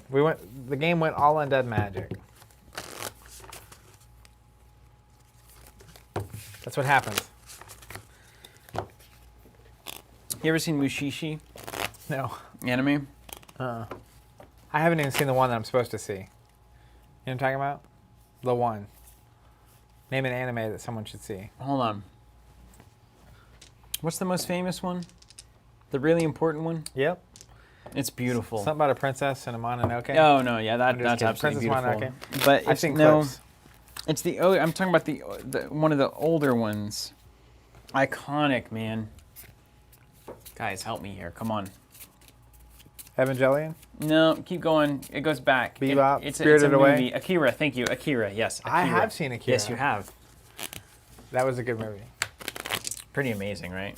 It's like it launches an entire genre. Sure enough. There he is. James is not crying. Mm-mm. So I have illusion and music. What's the music do? Draw a card, put a card on the bottom. It's pleasing to listen to. Dun, dun, dun, dun, dun. The horsies. I have steeds in here. That makes sense. Steed is a really nice way to say horse. It is. It's a fancy way of saying horse. How do mounts work? So, you have to have something out. An ally has to be out. Because the horse just can't do its own thing without you. Well, I mean, in real life, it may not be the case, but in this game, that's true. So whenever a mount comes out, you put an ally under it. Face down? Face down. And then whenever that mount leaves play, you put the ally back in your hand. So you have an ally, the ally goes face under the mount, then the ally bounces to your hand, you can play it again. Yep. So cards that have into play effects are good for mounting. Very good, and that's a new mechanic. That's a change. No basics. Just kidding. I got them. I'll just push these over here. It won't matter because it's just such a power hand. Power hand. And we're using the new illusion dice rules. So if I spin an illusion die from the wolf, I can change 2 of Steven's faces. All right, X-Wing players. Let me read my cards really quick. Summon Ghostly Mount, action or side action, nice. Exhaust, face, music note. Remove an unexhausted ally I control from play. If I do, place a pale steed.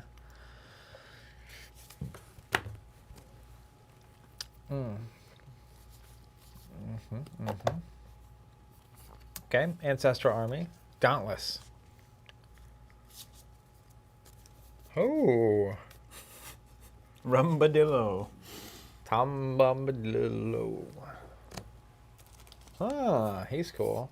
Resonance is cool art. What? Then it spins down 1.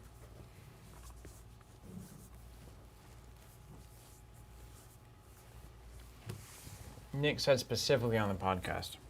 What? They said specifically on the podcast, getting rid of cards with paragraphs of text. Here we are. Like, look at Dark Presence. It actually has 4 paragraphs. Can't look at it. You're holding it in your hand. So it's going to pop up on the screen. I'm Can't see the screen? I'm in real life. I'm talking to the real people out there. Oh, I'm a real person. Nah. That's a good luck proving it moment there. Oh, wow. Guys, What? Ashes is good.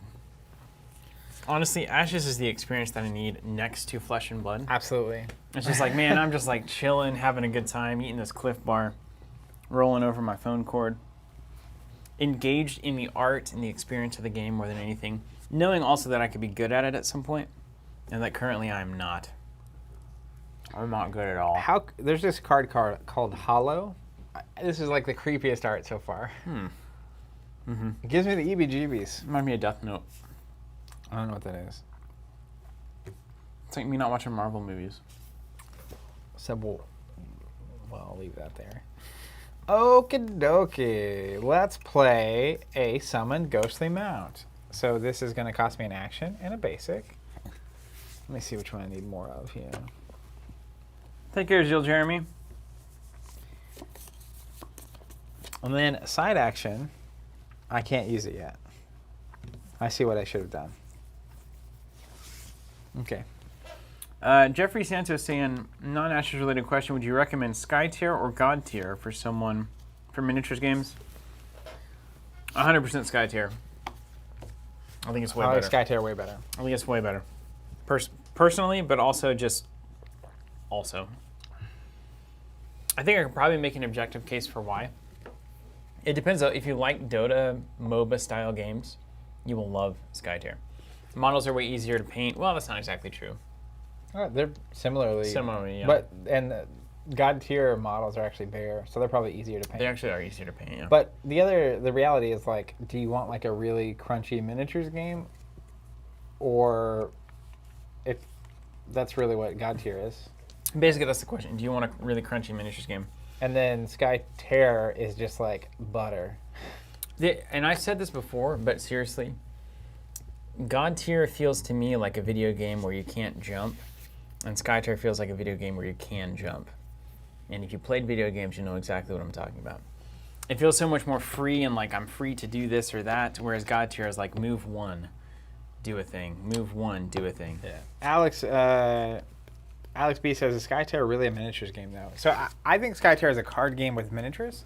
It's a card game with a positional element, whereas God Tier is much more of a miniatures game, like more that direction. But it's also like, unfortunately, it ended up in kind of a weird space where like it's a super accessible, easy to get into miniatures game, but it's also not giving you the granularity of a miniatures game. So like you don't get the benefit, but it still feels like that. And so if you want something that you can quickly get to that, the feeling I get when I'm playing like a 300-point game of like War Machine or something, or 40K, I think that's what that's trying to capture. Whereas Sky Terror is just revolutionary to me. Yeah, it's kind of a different, kind of a new thing, isn't it? Yeah, no, yeah. It felt chunky. God Tier felt chunky to me. Jeffrey says, some that's people love it. Actually an incredibly helpful answer. I can't stand not being able to jump in games. That's what I'm saying. Okay, well, there you go. There you go. That's the way I felt when I played God Tier. I felt funneled into a straight line. Jeremy says, TC says Skytear is a card game with miniatures, but honestly, I think it's a pretty even split. So the thing to me is like, Skytear... What makes a miniatures game a miniatures game? It's got miniatures. You paint them. It has miniatures, but like to me, a miniatures game means that there's measuring and there's free-form movement. Was Monpok a miniatures game? Not really. It was. There's no cards. It has to be a miniatures game. Yeah, right? Yeah. Okay, when the Sheena destroys yeah. So I think the first thing that I do, you haven't summoned anything. I think the first thing that I do... Jude Land saying is Ashes and LCG. So not technically, LCG is a term that's trademarked by Fantasy Flight Games, but it is a non-collectible card game that is going to have quarterly releases, and LCG usually has monthly releases. So it's similar, but it's definitely got some differences. I'll be playing Summon Emperor Lion on my spell board. I'm going to end up liking Odette a lot. Yep. You can play that even not in Odette, so that's what's going to happen for You can me. play it anywhere. I like her white armor, though. Makes me... You can play it anywhere. By the way, white armor, Larry difficult to paint. Yeah. Painting white armor. So I've been working on black non-metallic metal, so Yeah. you can paint like black armor. That's not so bad. But like usually the painting trick on armor is that the highest high points are like really white. Mm-hmm. So if you have black and then you go even just the edges, a little bit of white will make it look kind of shiny. Glistening. But like white, good luck. I'm sure Sir Aster has figured it out. Someone has. Pass. Yeah, I'll watch it. Okay. Well, Nathan, yeah, we played Unmatched quite a bit at Gen Con this last year, the one that we could actually attend in person. It's great. It's a great little game. Great little game. Skytear is kind of like a super advanced version of that in a lot of ways. Tim says that Monpok is a board game with miniatures. Listen, a board game has a board, a miniatures game has miniatures, a card game has cards. If it has all three, it's all three of them. The end. Just because miniatures games have happened to use outdated rule sets for so long doesn't mean that that's necessary for a miniatures game. it's not even outdated. It's outdated, Zach. I don't think so. It's outdated. Anytime you have to go to the hardware store to play the game, it is outdated. That's not true. Agree to disagree. That's just not true. Agree to disagree? It would be like being like, if you have to like buy a console to play a video game, it's not a video game. It's like, that's just not true. No, it's nothing like that. It's exactly If like I had that. to go to the hardware store to play a video game, I would say something has gone Sometimes you do. wrong. I don't. Ancestral Army. Okay. Cost me 3. He's Wow. a 3/3/0. Okay. If he receives damage in battle, he can remove an exhaustion token from himself at the end of the battle. Okay. That's cool. Inviolable. Inviolable. Yeah, it can't be violated. Cannot be targeted by a spell or have alteration spells attached to it. Yeah, it makes sense. Word fits. Intuitive. So basically, if you block and you don't die, you get to remove the exhaustion at the end. That's pretty cool. Yeah. That's really good, actually. Yeah, you can play a board game on the floor. You guys never done that?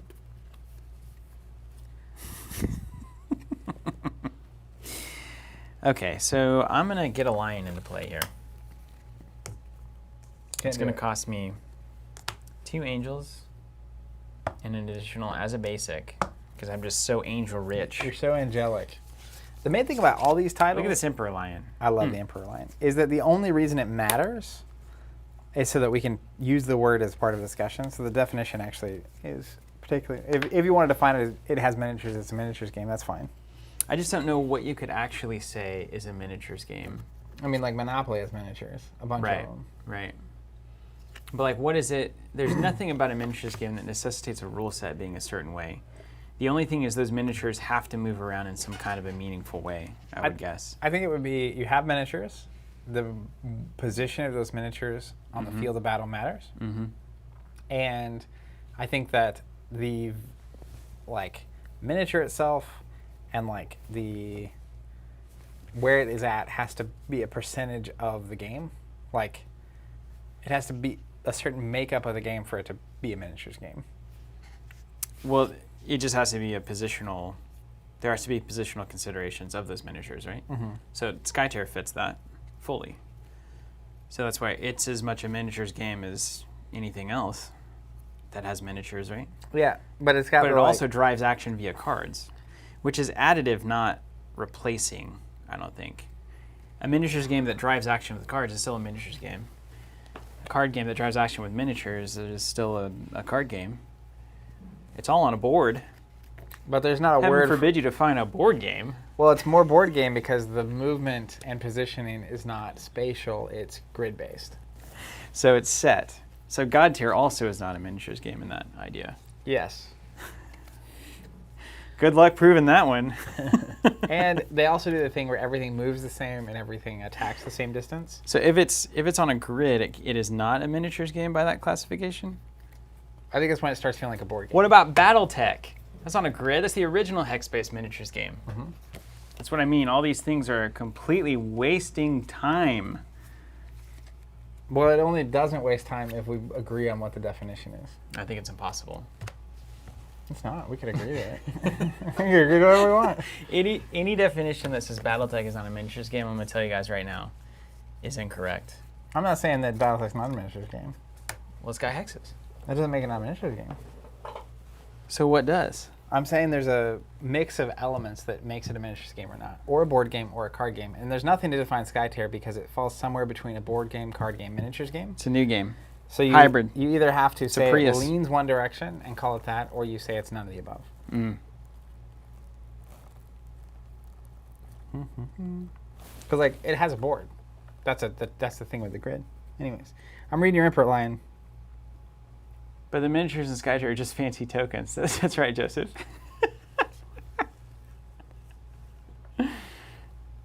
That's right. BattleTech cares about three-dimensional space. Well, really, that's not true. Not all three dimensions.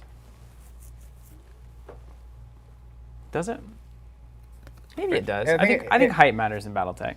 I think height matters. It matters which guns are on your miniature. Well, yeah. But like Skytear, you could literally do whatever you wanted to your miniatures, and it doesn't matter. Anyways, that's a side conversation. Well, the little sheet, your little BattleTech sheet matters. You get to build your little guns out, your heat sinks, and load them up with missiles, which is super sick.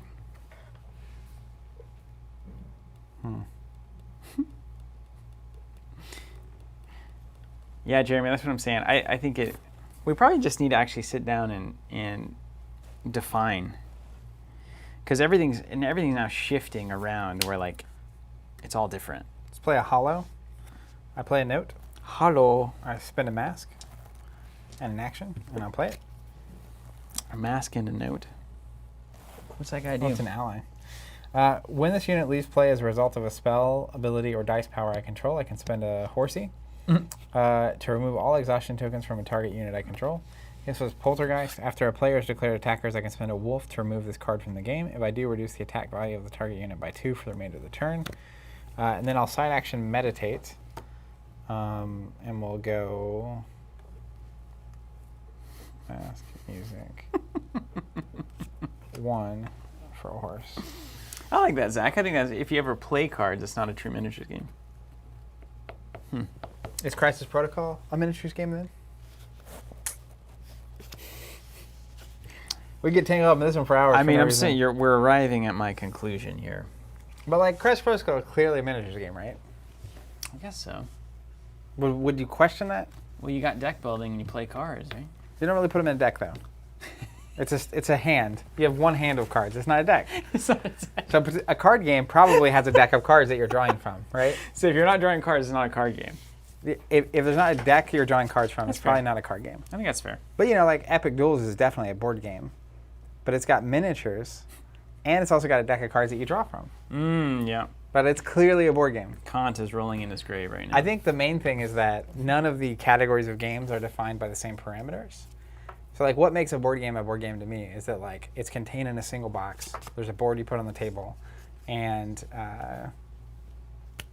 you can have multiple players playing it, right? Like that's really the only definition of a board game. But like a miniatures game doesn't even care about what box it comes in or if there's a board or not.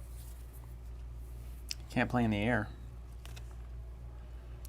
All right, let's play a Shield Mage. I think that's right. Maybe not. Gonna deal with this ancestral army.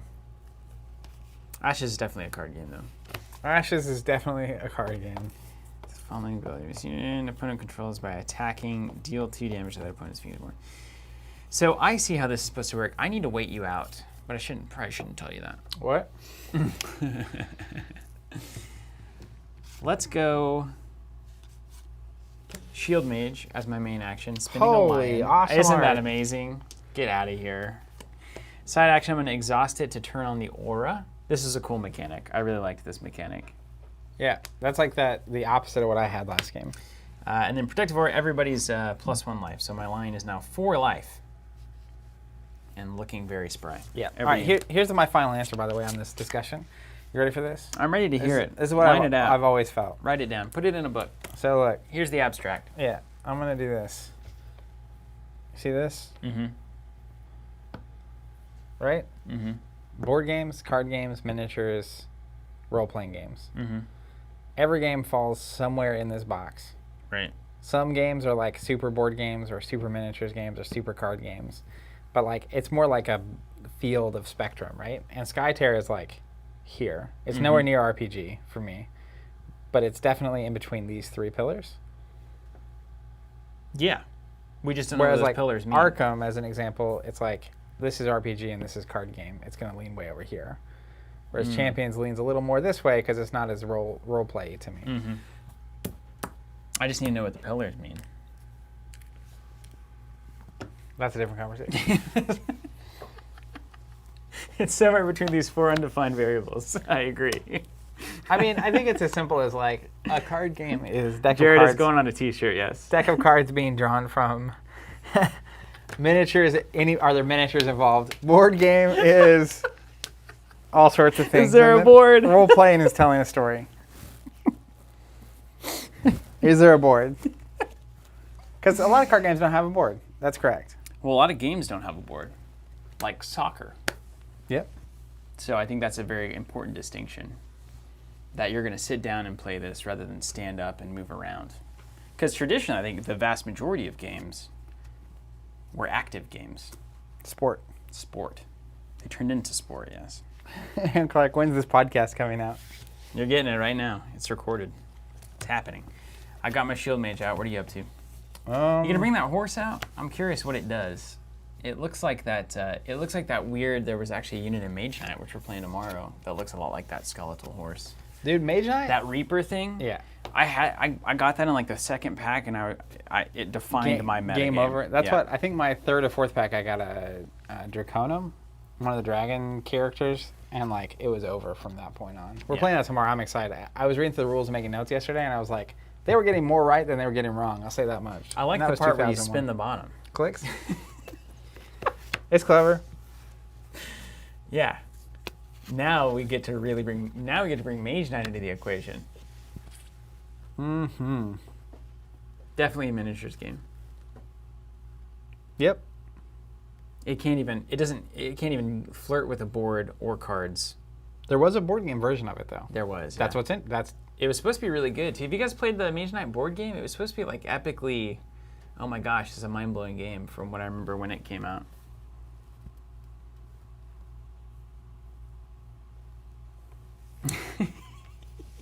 There's some great humor going on in the chat here. Thank you. Let's play Dark Presence. All units I control now have this ability, Fog of War. When this unit deals damage to an opponent's Phoenixborn, that opponent places the top card of their draw pile on the bottom of their deck. Then that opponent discards the top card of their draw pile. Wow. And if it's focused, it gets an action where I can place an exhaustion on an unexhausted unit I control and do a damage to your Phoenixborn. If it's focused twice, I can remove a token from that unit. Is that your whole turn? I just played it. Yeah. My turn's nowhere near done. Son. I still have one side action. Oh, I did both my things. Okay. So it is done. In the grand scheme of things. You have nothing that is going to block damage at this point, right? I get a good swing in here then.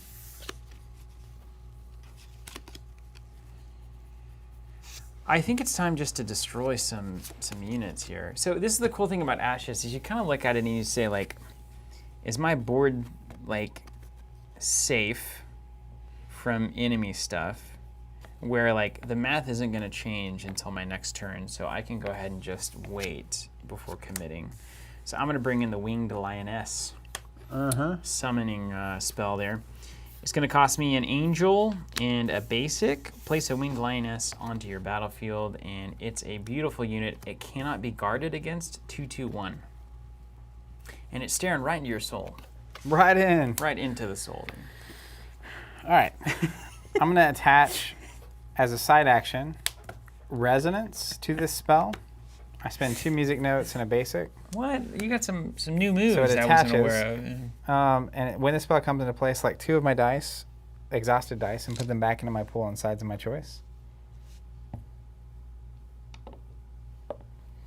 When I play this spell, place it face up under a ready spell on my spell board. While this card is on my spell board, all other cards in its spell board slot are focused 1 additional time. So it's an additional focus here. That's a cool spell. So now you can exhaust something? I can exhaust something and do a damage to your Phoenixborn. Oh, well, that's not that important, is it? I guess it's just a way to burn through to the Phoenixborn. Well, you can't block. Right. Just deals 1 damage straight away. Right on. Okay, so that doesn't really change anything for me either.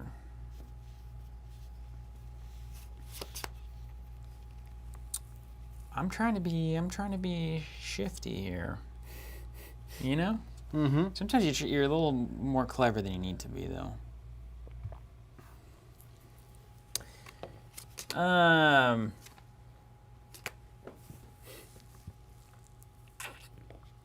It's just so good.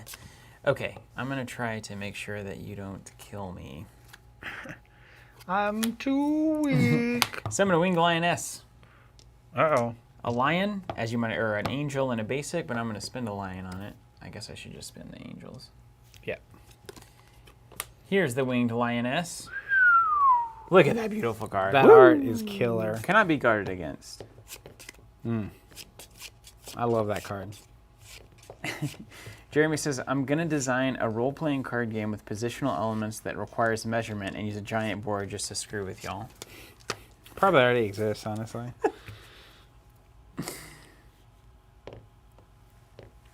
What about, Summoner War is a great example, Lance. The cards are 2D miniatures you play onto a board with a grid. I say they're tabletop games. That's something we can all agree on. We can all agree. Games played on a table.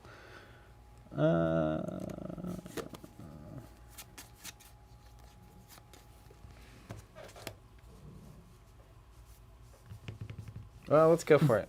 Ancestral Army is going to attack Odette. Straight away, huh? Yep. Just like that. Just like that. 3 damage. You got it. You're not wrong, Jeremy. You did it. Whoosh. Now, I could block with a unit, right? You could. Hold on. You don't have any funny business. I'm at 4 life here. When I deal damage to a Phoenixborn, you have to I do the weird card stuff. All right, I'm going to block with the lion. Okay. And it has to exhaust at now because of the new Ashes rules. I do 3 to you. I'm going to do 3 to you. Big money lion. Basically, it gets 3 damage on it and exhausts it. So, like... I'm going to play Sword of Virtue. Remove all wound tokens and exhaustion tokens from a target unit. Come on. I see. Zakashi in action, yep. Okay. All right, let's do this. Got him. Summon Ghostly Mount. Action, exhaust, mask, whatever. The Hollow's going to leave play, and I'm going to get a... Action, exhaust, mask, etc. Pale Steep or a Spectral Changer. Let me So you turn that... Oh, you get to ride on the Ghostly Mount. That's awesome. Yeah, that's a new thing. There's a new rule. So, like, two new things we learned from the AMA from Nick. One is, if you guard with your Phoenixborn, it exhausts, so you can only do that once per round, which is very cool. So you can't infinitely block with your Phoenixborn. And the second one is that if you guard with something, you have to exhaust it and do the damage back, counter with it. You don't have the option to just block and not do anything, block and not do anything, which I find very enticing. Pale Steed mount coming in, unit guard. And it's got a 4 life. That is why we picked it. All right, let's attach Power Through as my final action. Ooh, you cannot be guarded against would be nice here. No. Power Through on the big lion here as a side action. It has now Overkill 2 and +1 attack, so it's a 4/4. And it says, when this unit destroys a unit an opponent controls by attacking, deal 2 damage to that opponent's Phoenixborn. Okay. And then for my main action, I'm going to attack your steed. Block. When I deal damage to a Phoenixborn, I deal 1 additional damage with Spite. Take 5. Did it. All right, mine. Who's laughing now? Ramia? Pale Steed will attack Odette.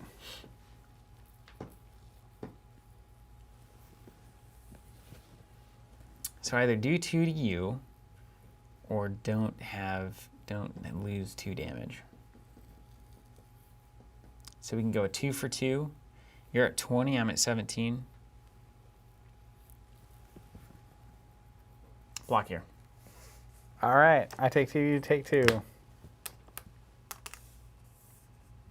Shield Mage in the house.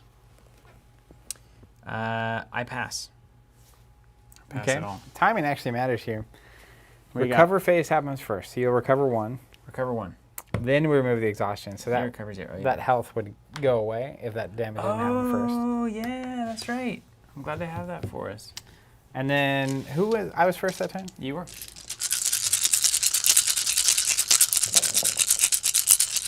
Mm. 5 angels and 5 basics. I got some horsies. I like those horsies. Yeah, me too. Ooh, look at those masks. And then we draw our fresh hand, right? Fresh hand indeed. Ooh.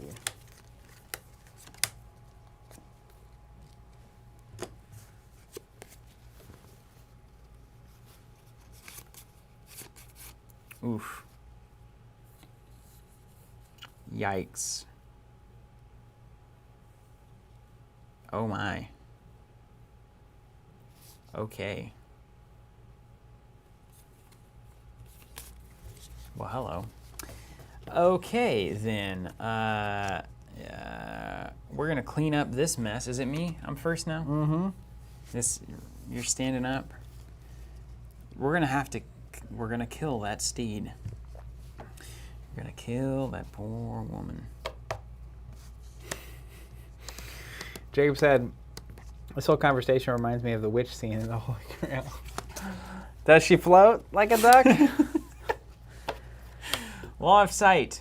I like this. It's a cool mechanic. So these laws come into play and they get discarded at the end of the round. So it's kind of like, cleric reading some stuff. When it comes to play, I can draw 2 cards. And then no player may play reaction spells Okay. for this round, this whole round. So get ready for that. And then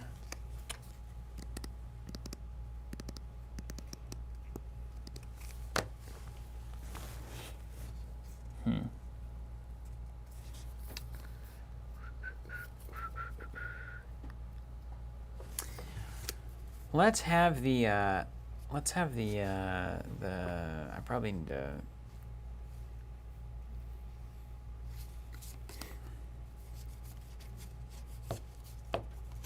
these are gone.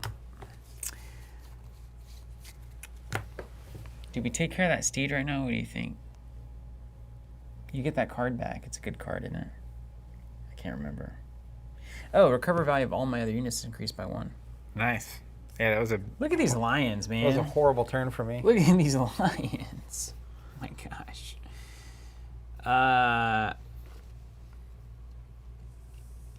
Lioness is going to swing at your Phoenixborn and it can't be guarded. still be Wait, guarded is blocked. when a Phoenixborn goes this way, and blocked is when a unit goes that way. Either guard is unit guard, I think. So I can't unit guard you. And if your Phoenixborn blocks a unit, that's also guarding, I think.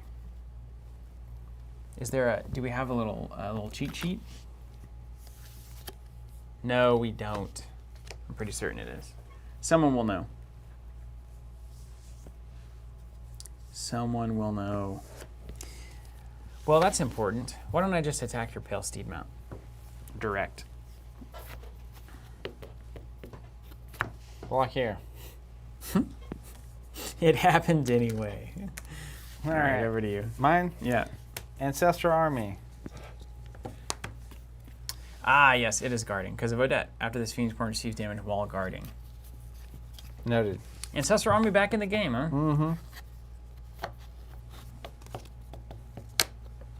I'm going to try to, let's see, side action here. So it shields up. And then let's try to kill that Ancestral Army. Unit guard. Ooh, it's Pale got unit Steed guard? Mount. That's what it does. Oh. Okay. That's its shtick. So when it destroys a unit an opponent controls by attacking, deal 2 damage to that opponent's Phoenixborn. Yep. Seems good. And then I take 2 in return. Yep. And For my then trouble. the new mount rules is this bounces to my hand? Yeah, that's right. Okay. I can't believe how good this game looks. All right. Let's swing at Odette for 3 with my army. You got me. Ooh, you really got me now.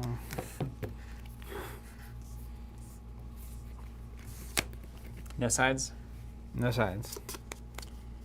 Okay, let's get another lion in here. 2 angels, a basic. Emperor lion onto the battlefield. You only have 1. I'm just kidding. There's only 1 emperor. I mean, it makes sense. That's not how that works, though. And then side action.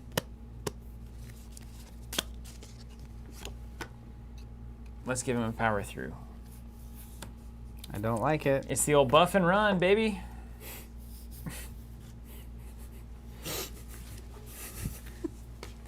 I got these lions. You guys like Narnia?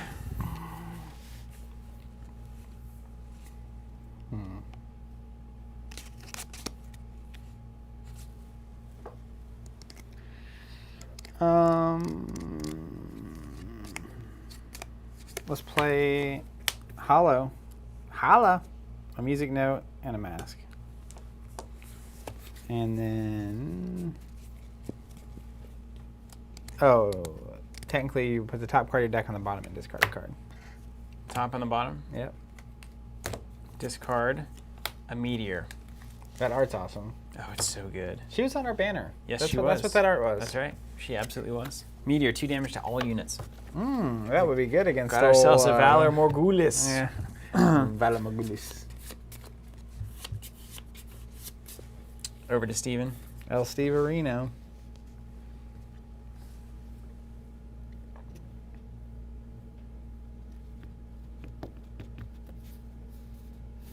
I'm going to kill that thing. Wait. Yeah, that's fine. No, I'm not. That's what you want me to do. I'm going to play a Shield Mage. Don't have it. Meditate.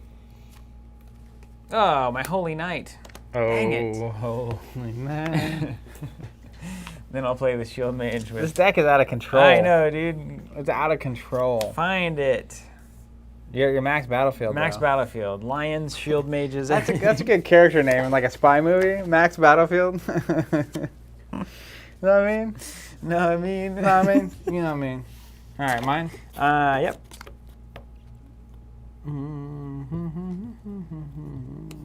I don't know what I'm supposed to do about this. Truly. We're not good yet. Also, this is We're a not deck. good This is yet. also, I think it's a deck building wonderland. I think Ashes is so much about building that deck, having your first 5, and kind of understanding the plan that you're trying to. So that's make definitely happen. where most games click for me is when we start building decks, and I'm excited as we've been playing I've been very, very much looking forward to the moment when we get through all the decks, and then it's like we flip a switch, and it's like, all right, you can play anything you want. Yeah, I just remember the Flesh and Blood journey. It's like going from the early decks. It's like, okay, we're kind of figuring it out. We kind of get a feel for all these different characters, have no idea what we're doing, playing very poorly. Then we start deck building, and it's like, okay, here's some ideas, and then did that at a mediocre level. And then finally, after like 10 weeks, feel like we actually can play the game in a way that is not embarrassing and can build a deck in a way that is trying to do something that is actually worth doing. And you can achieve it. Yeah. And you can achieve it, yeah, that's right. All right, you ready for this? Yeah, Gino Scott said, we call it deck construction these days, I guess. Aaron Clark said, I know this has been asked before, but any plans for future TC apparel or merchandise? Well, that is absolutely humbling, I would say, to even have that question asked, that you would wear us. You'd rep. Seen some playmats using some streams that were fire. We might get in some apparel. You never know. It's not a high priority, no, not right now. Here's what I'm gonna do. You ready? I'm ready. Here's what I'm gonna do. We're gonna go summon Ghostly Mount as a side action. Exhaust, mask, and a note. I will summon. Hide and play.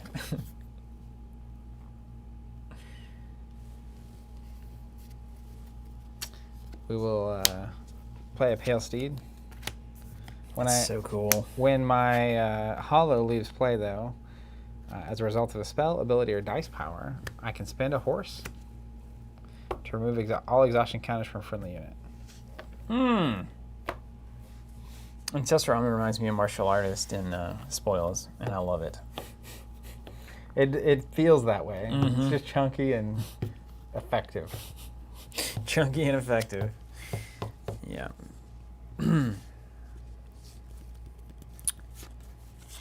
All right. So we need to manage this board. You can just you're going to unit guard me with that stupid horse, and then I'm going to take 3. That is how this is going to go. Or I'm just going to block with that shield mage and not exhaust it. That's better than my other plan. But if you block with a shield mage on my ancestral, I'll defeat you And then get unexhausted. Unexhaust. That's not ideal.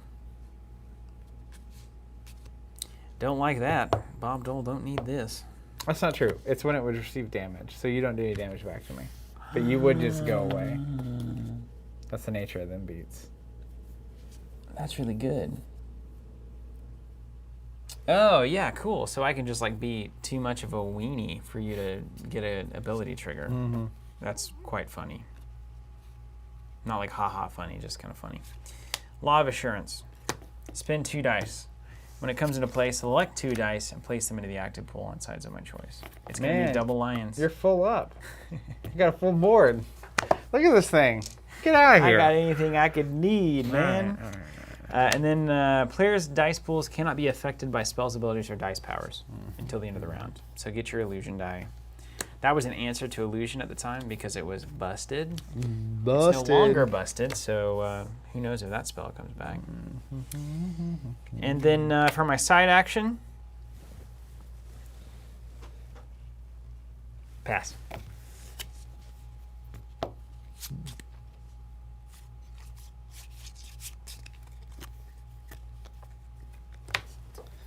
Well, I don't like some of these cards. I guess I can do this. Jeremy, that's interesting. So I had to give up on Flesh and Blood. Wasn't clicking for us. I remember, didn't you say that earlier, the comment in a different stream? I'm way out of the shot here. Didn't get into deck building, just use the starters. Honestly, it was like Zach and I felt... There comes a point when you can feel when something is... Like there are layers, like a cake. When you look at a cake and you're like, that's a single layer cake, or like that's a 20 layer cake. Sometimes you just know. And it definitely seemed like the kind of game that was a 20 layer cake, and we had not even really understood the top layer of it. And that panned out to be absolutely the case. There are some people that are not going to like that game. I totally agree with that. It's a special kind of tempo game that you're playing, and it doesn't really have anything meaningful going on until you know the game that you're actually playing. And if both players don't know that, then it's a complete like slap fest, and it doesn't really feel meaningful. If only one player knows that, then it's a blowout. And if both players know that, it's incredible. Yeah. It's incredible. Zach and I were texting each other last night, like with giddy texts. I'm gonna meditate. Then I'm gonna play Hexbane. Quit. Talk about a book. After Oh my gosh! opponent Really? uses an ability or dice power to place dice in my exhausted pool. So like if you exhaust my dice somehow, again more of that illusion countering. Yeah. You can place an exhaustion token on the spell. Select one die in their active pool and place it in their exhausted pool. We'll kill your card. After an opponent uses an ability or dice roll to deal damage to a unit or Phoenixborn I control, I can place an exhaustion here to deal damage to your Phoenixborn. So basically, it's anti-frog, anti-illusion. It's literally Hexbane. This is exactly what Nick was talking about. He's Yeah. like, there are cards that were printed that were designed for a very specific meta counter purpose, and a normal player just reading them is like, Why would I ever use this? this is crazy. Yeah. So that was my set Normal. action and action, and that cost me a music note. Okay. Got ourselves a bit of a board stalemate here, don't we? We building.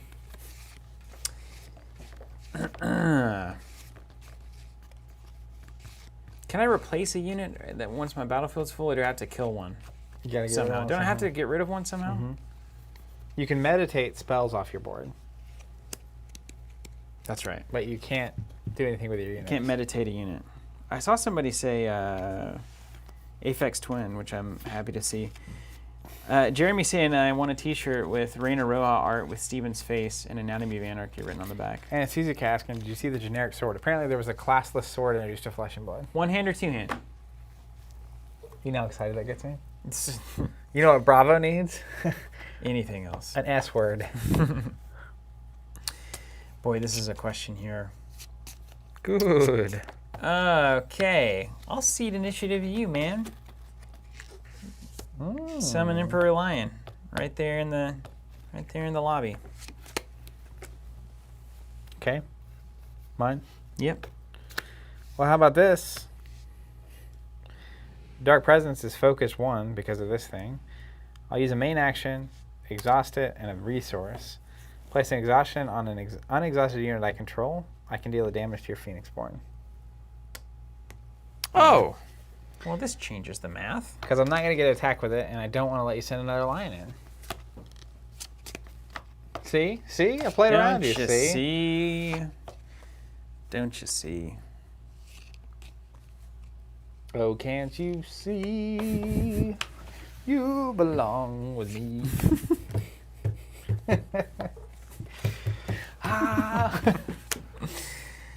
It's been a wild day. It's the whole thing is absurd. Emperor Lion coming in at Ramia. Here, Yep. It'll be 5 if you don't do anything. I'll block it. Take 4. Brother, take 5. I take 2. And then overkill 2 triggers. 2 damage to your opponent's Phoenixborn. It's too much. It's too I much. can't handle these lions.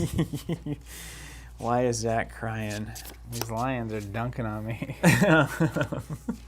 Pass it to you. Pass. Come on. Summon Wing Lioness. Focused. You're just ready. All right? Anything else? Mm-mm. Let's Take a break for the rest of Let's the play game. heal as a side action. Remove 2 from a Phoenixborn.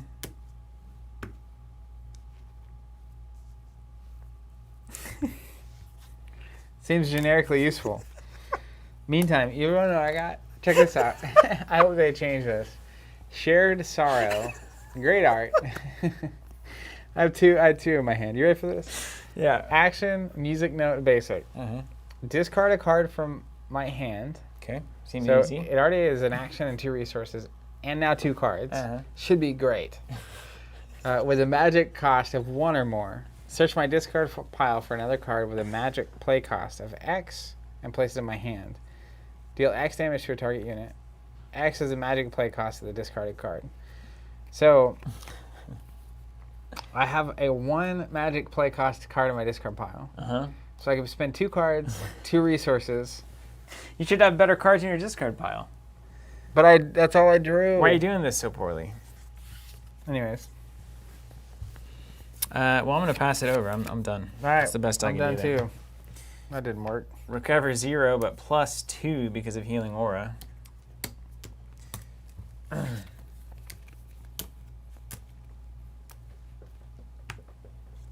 You know how when you're playing Marvel Champions and you know that the game is over, Like right now? and you keep drawing cards anyway? Mm-hmm. You feel that way? It's like a roll of dice, though.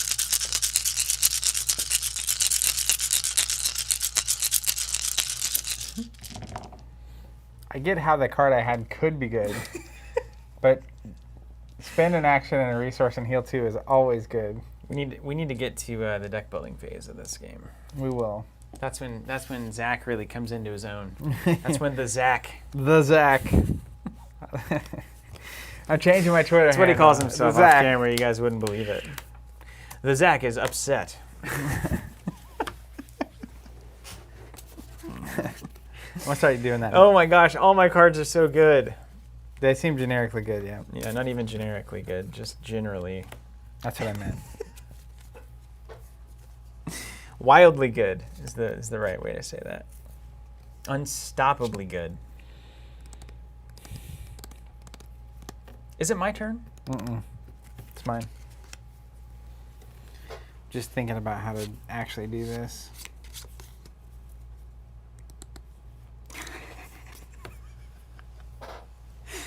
Oh man, that's funny. So is this game asymmetric or what's going on? Because your board looks so awesome. Nicholas, it's asymmetric in the sense that one side of this game is asymmetrically destroying the other. It's like the last game. James was just like, Yeah. hey, you want a zombie army? You can't deal with this. I have no good choices here. You ever feel that way? I do, yeah. I felt that way the past 2 years with my house.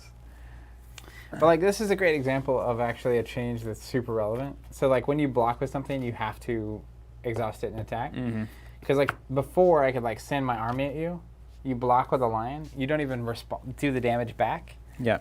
You have 4 health because of 5 health because of these things, right? Just sit there and soak forever. So you just soak, and then I just am done. I can't play into that game. You can't ever get around it. But now it's like if I had if it was flipped and you had the 12 damage, I just need to push 5 through.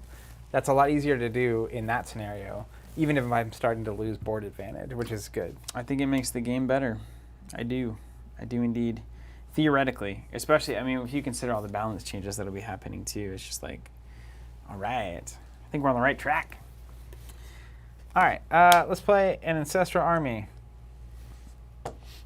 I like that card. I do too. I probably will have that in a future. Oh, I can't. That's your special card. Cut everything else. That's the card you're here for. What does your side action do? Look at the top 3 of a target card pile. You can spend a resource and place an exhaustion token on this card. So place one of those cards on the bottom of that draw pile. Place the remaining looked at cards at the top of that draw pile in the order of my choice. So a little opt, basically, a little. Yeah, but it's I think it's better on offense, right? Which is like basically don't let you get your focus spells and stuff. Yeah. Yeah. Like you can do that at the end of the round and kind of trim your hand up a little bit. Alex B. Zach, just running Stevens R&D. Yeah, Maker's Eye Hail Mary versus Jinteki. Go! All right, well, if you can believe that this is about to happen.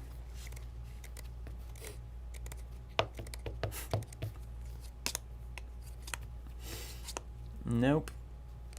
I'm not falling for it, man. Yeah, I'm doing it. Falling for what? Power through. Basic. Angel. +1. Overkill 2. Lioness. Swinging. At. Your Phoenixborn. It can be blocked. What's your health? 3. Nope. 1. 2. I don't think that's right. Oh, because these aren't exhausted yet. You're not exhausted. So it's only a 2. It's only a 2. 3 attack, though. +1 here. Take it. All right, take 3. Because I can't let you get another lion. What am I going to do? Block, be exhausted, and then also you get a lion? Get out of here. Come on, man.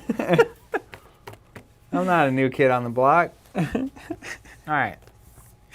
I play games, board games, miniatures games, role-playing games, Card games. Card games with miniatures elements, miniatures games with role-playing elements, That's role-playing all- games with card. In Torchbearer, use cards. All these things are correct. Random draw of cards seems to be important. Hollow. Why are your units so much worse than mine? I know. Hollow at your boy.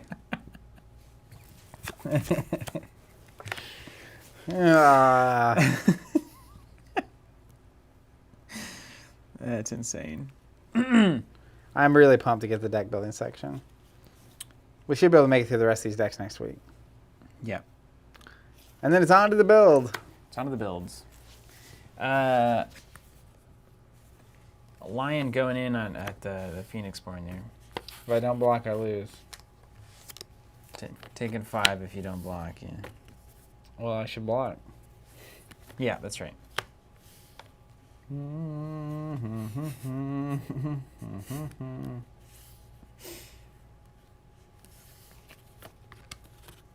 This game is going to end in a very funny way. Reaction spell. No, it's not going to be that, but it will be funny. Block here. All right. Take 3. You don't go away. Oh, you do go away. Do go away. I finally cleared them. Activated my trap card. Did you have overkill? I did. For 2? Yeah. Oh, that's unfortunate.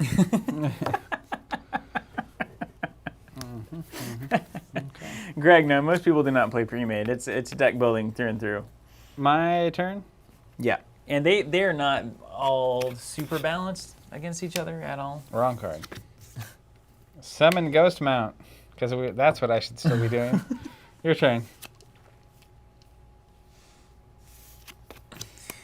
All right, let's do side action on my Protective Aura, and then drop in a Holy Knight onto the battlefield. What's his ability?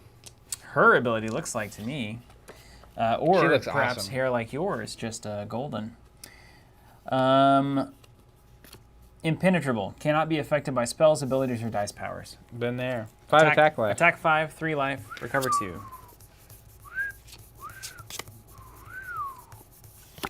All right. Mine? Respark, yeah. What does Respark mean? You can pay that much. Is this the discard one from hand, or one from deck? That Yeah, little- Respark. You discard 1 from hand. You put it back in your hand. Okay, done. Ugh. Did you play? You just played the Ghostly Mount one, and then I played the Holy Knight. Yeah. What'd you get up to next? I haven't done anything yet. Okay, sorry. sorry.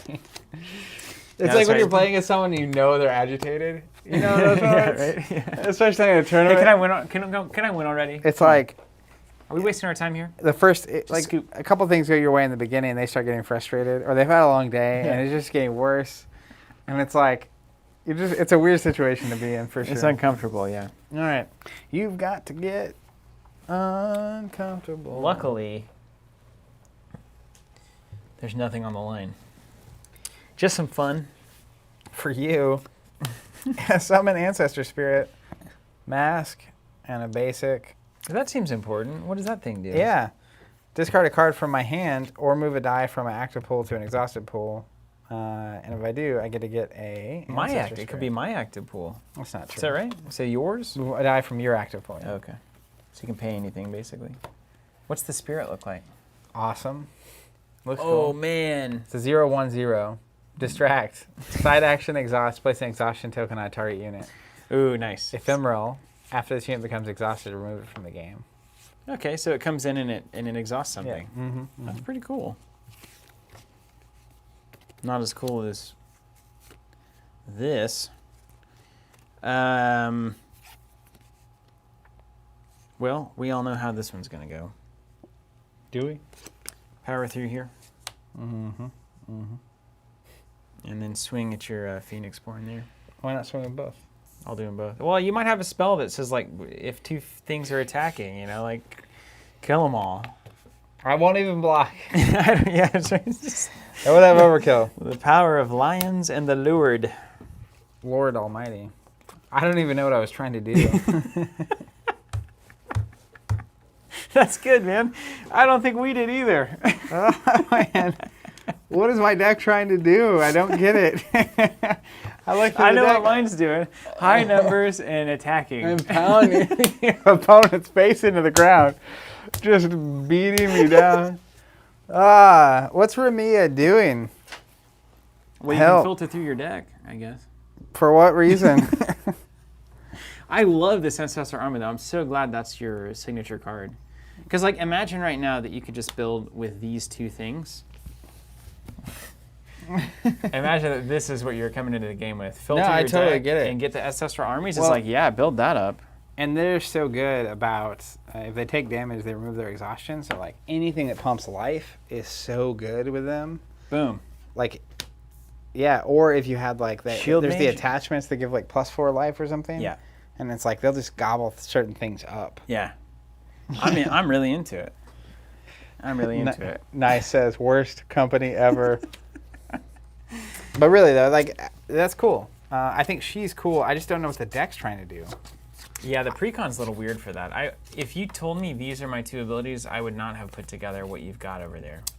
I just didn't. I don't even know what that's Didn't about. even know what I was trying to do. Is this the only? You only get one signature card, right? There's But like only some one. characters have more than one, Do they?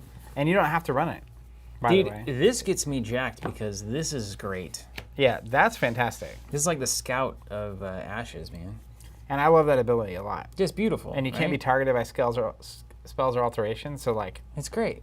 they're really good. It is like the martial artist in spoils. It's just like that. Yeah. If it had battle guard, it really would be, or battle advantage, whatever it is. Where it strikes first. Yeah. Yeah. I also like all these conjurations. I just didn't feel like I was doing anything. I definitely wasn't doing it anywhere near the speed you were doing it. That I will not disagree with. My Cool. my signature card. Look at this, Sword of Virtue.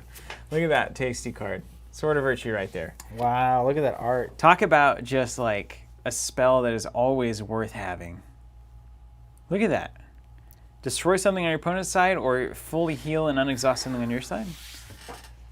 That's your signature card, so that's good. Yeah, yeah. But like, I feel like so many of your cards were just like so always good. They're so good. All of them in the deck were so good. Yeah, that's good. I think she is a great. If we've been recommending the 2 deluxes, Yeah. so it's Namine and Odette, and like those are fantastic Phoenixborn to play. Like I think this is a great if you've never played the game. Yeah, this is fun. Dudes. One dice color. Every card is playable. You might not play them in the right order or get your sequencing right or whatever, but I feel like every card you played was like simply useful. It was just great, useful. Healed up, removed exhaustions, punched, did it all. Super good. All right, cool. Did it all. Well, How many Phoenixborn do we have left? We have these. 5? That's an awkward number. Well, technically we have Jericho. Oh, right. There's your 6 right there. Where's my conjuration That's an pile? awkward number. There it is. I put it in It my deck. I do disappeared. that a lot. Doesn't the packaging on that Reborn stuff look good? The red. Doesn't that make you excited? Yeah, I really love the white when it was happening, but I like the red a lot right now. Velantri saying, I played the Iron Rhino, was pretty underwhelming. That is actually a unit that was mentioned in the AMA that was specifically getting buffed. Yeah, it's like we got to make the rhinos better, which is cool. I say, you want to do one more quick one? We can do one more. Let's just like barrel through it and not have any fun. No fun this here. game. Let's just have it. I want to play Echo. I want to see what this is like. All right, let me just read these abilities before I get involved.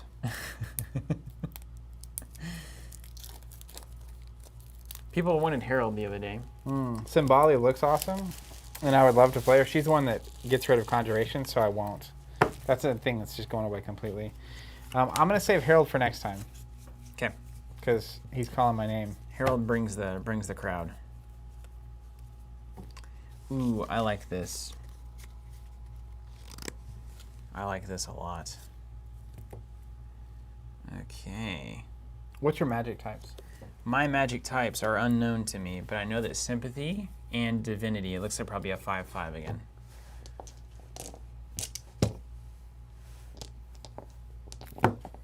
Let's go Astria. She looks awesome. Absolutely awesome. Yeah, Brandon, totally with you on the representation, diversity, etc. Did such a great job. Obviously, Isaac's super involved in the art direction and whatnot, crushing it. And we'll stay involved in the art direction, all the creative direction, as far as we were told just last week, I think. So it should remain Snakes. on that. Oh, yeah, look at this. Divine and Charm, it looks like. Those are two of my favorite. Yeah. Okay. Can you look up my top 5? Starting 5. Who's your character? My character is Echo Greystorm. Echo. Echo. Echo. Echo. Echo. The Masters of Gravity is your subtitle. That's right. And Astria is the goddess of Ishra. Ishra. All right, Echo looks awesome. Yeah. Chaos Gravity, Changing Winds, Okay. Gravity Training, Okay. Sonic Swordsman, Okay. Summon Mirror Spirit. Oh, I'm going to love this deck. Oh my gosh. Ah, the flavor is this is great. Meanwhile, mine doesn't have a starting 5, so I need chat's help. Okay, so a Mirror Spirit. All right, let's look at what I've got here. Parallel cost, Intex. Yeah, those are parallel costs. Just pay one of them. Okay, got it. Dude. Everything about this game looks so good. Look at this Mirror Spirit. He's got like a galaxy on his back. That's awesome. You kidding me? The old Galaxy wolf dog raccoon. It's from another dimension, man. When it comes into play, plays a status on this unit for each exhaustion token on units a target player controls. The number of status tokens on this unit. Okay, so just be aware that this deck seems to be all about exhausting your things. So, be aware. Okay. It's not going to be particularly fun. Enhanced Strength is a summon? Cool. Okay. So I've got my first 5. I've got a Sonic Swordsman. Ready to party. Polarity Mage looking great. Light Swordsman looking great. Sonic Swordsman looking great. Ooh, that's cool. Ooh, that's cool. I love this. So my dice are attack and defense boosting, right? Yeah. So the card here, Royal Oh, Charm. look at that card. After you spend a charm or divine power symbol, you may place an exhaustion token on this spell to place that die with that symbol onto a target unit you control, as though it had been spent that way. So like if I spend a snake, I can immediately put it onto a unit. Exhaust this to do that. That's I'm starting so with one of those. good. I like that a Dude, lot. you're gonna have a good Ooh, time. dude, with look at this this Imperial Ninja. one. Beautiful. We're gonna have a sword fight here, led by our awesome Phoenixborn. Oh my god, that's a card beyond my league. What is? Read his ability. Okay, when it deals damage to Phoenix by attacking, name a card. Opponent actually reveals their hand and must discard all copies of the named card from their hand. Okay. You know what I'll do? I'll just give you I'll give you a 1 and 5 and name in the right card. Yeah, because there's no way I'm gonna Yeah, name that you can look card. through the deck and just choose one. Wow, there's some amazing cards in the stack. What's up, Luke? No, it is neat. It's beyond neat. It's awesome. It is awesome. Even without that ability, he's a 3/2 for 2, which is quite good. All right, first 5. Hold on, I got to my units. Look at these things. This is all ridiculous looking. Look at this Lightbringer. Ooh, you got the peacock. When it comes into play, you can spend a basic resource to attach an infatuated conjured alteration spell to the target unit. Oh my gosh, you can infatuate my units with And your I can peacocks? Yeah, that's right. When an opponent is attacking with a unit with the infatuate ability, this unit may only block a unit with the infatuate ability. So it turns me into like I can only be on... You can only block them. Yeah. Because you can't see anything else. Wow. That's so fascinating. Blocking it with the infatuate ability. Weird. What does this do, though? Attacking with a unit with the infatuate ability. This unit may only block a unit. Oh, right. Wow. That's going to be, you're going to have to, like, be good. I'm working on it. You ever thought about that one? Just be gooder at the gamer. Just be good. All right, let's just... And so going over our abilities here. So mine is increased gravity. This is important for you to know. You ready? I'm listening. Fully? You guys listening? When one or more exhaustion tokens are placed on a target unit, I can spend one basic and place an exhaustion token on this card to place an exhaustion token on that target unit. So you double exhaust something. I can double exhaust things, yes. And then I have cards that key off the number of things that are exhausted. Mine is called Beguile on Astria. When a player would declare attackers, I can place an exhaustion token on this card to place an exhaustion token on an unexhausted unit I control. If I do, place an exhaustion token on the target unit. So she exhausts, your unit exhausts, my unit exhausts. Does she exhaust to do that? Nope. Oh my. If I have on this card, it says on this card, yeah. It doesn't have a cost there. That's surprising it doesn't just have a cost. Exhaust, use this ability. Why wouldn't it do that? Nick, fix this. Why is Nick crying? When a player would declare attackers, you may place one exhaustion token on this card. He will change that. It will be an ability that Jared says apparently 1.5 changes it to a side action. boom. Like that becomes a side We action. knew, see? We can, I bet I could get 80% of all cards that are changing correct. Yeah, and that again, that cleans up the timing of it, right? Because now instead of doing it when attackers are declared, it's just a side action, exhaust one of yours to exhaust one of theirs. It could even, yeah, it's just like... She looks awesome, though. Echo's new ability, place an exhaustion on him to place it on another unit, then in the round, remove that exhaustion. What? You always do that. Maybe you do it on your turn, I guess, technically. It's weird. knows? We're playing it. We're playing it Here we go. classic. Ready? Yeah. 1, 2, 3, 4, 5. 5. Roll them back. Roll them. Roll those bones. Rewind it back. Steven's got the dice. 3. Make the Phoenixborn Go. clap. I only have 2. All right. You're Looks the like first I go player. first. I got angels and hearts and lions and snakes. Oh my. As the saying goes. Sharks and lions and tigers and bears. Hey, look, I got 2 horses. Don't sleep on the horse ability either. Draw a card, put one on the bottom. Never slept on a horse. Never slept. Personally, I've never slept on a horse. Thank you for clearing that up. So good. I'm going to do hilarious things to you. Okay. Also, this weeping spirit is one of the creepiest fun creatures I've ever seen. You're not ready for it. I want the chat to see it before you get to see it. Okay. You can pull it up right now. I won't look. It probably is pulled up. It is. Don't look. Ah! Got my Christmas lights on my spell board.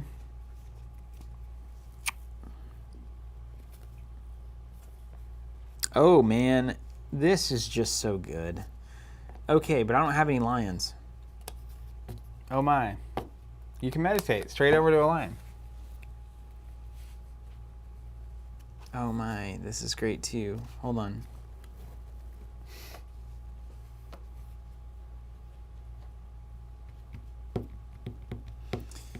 Wow, that's just amazing, man, honestly. Look at these card backs. Let's start with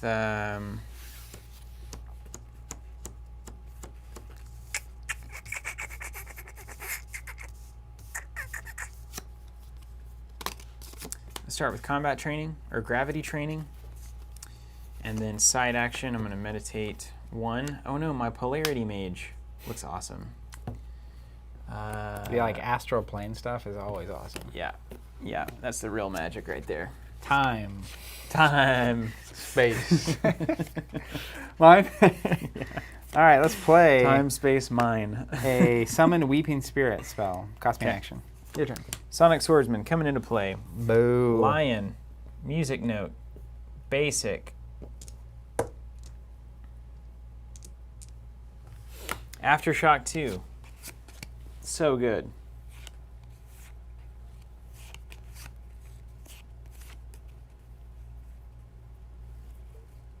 He's good. He's fun, isn't he? Just Fundy's good. Fun's a word. Deals damage by attacking or countering. Place 2 wound tokens on a target unit. Draw 1 or more cards. Heal. Put him in there with the River Scald.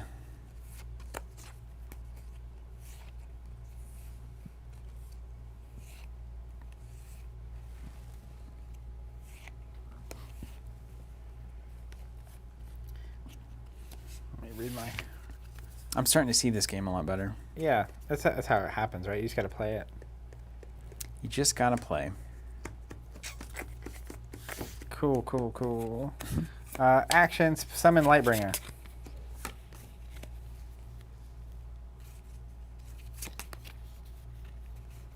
Okay.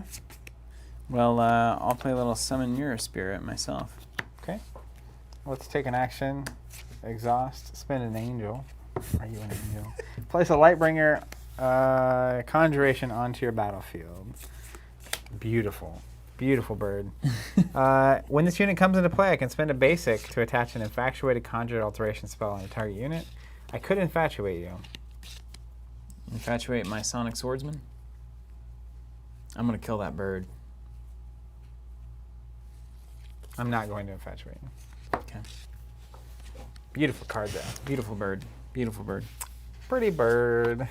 Eyes as big as Jolly Ranchers.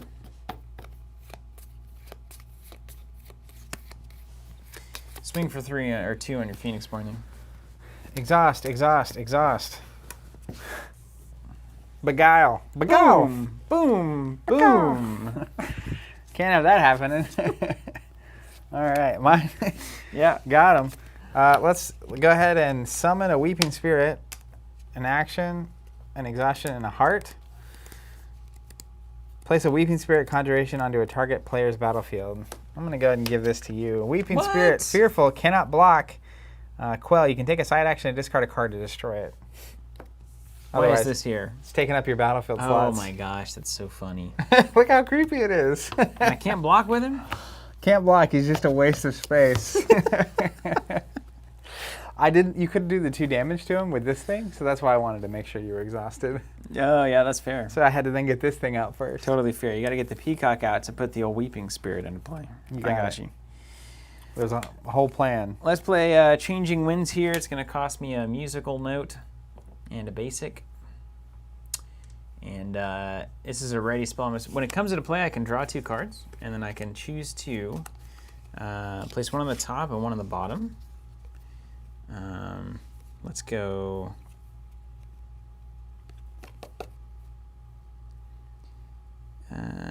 Under this unit, attach your face up to that unit. Ooh, interesting. From a target unit you control, and place that alteration spell face down into this unit. Okay, so we're playing some jazz here.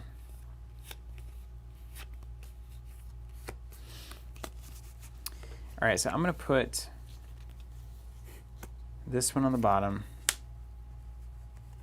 this one on top, per summon or Changing Winds text, and then I can take a side action, draw a card, change a die interactable to a side of your choice. I'm gonna go ahead and do that. Changing Winds, boom. Draw a card and then change a die to a die side of my choosing. We're going to horse. Royal Charm. Laying it on thick. This is the one where I can, if I spend these, I can exhaust it to put one there. Mm-hmm.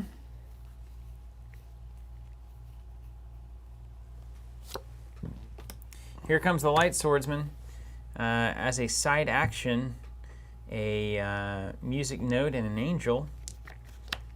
And then for the main action, am I going to have to kill that peacock, or am I just going to go after Astria here? Paka! Can attack my own stuff. Let me read this guy. It looks cool. Light Swordsman. She.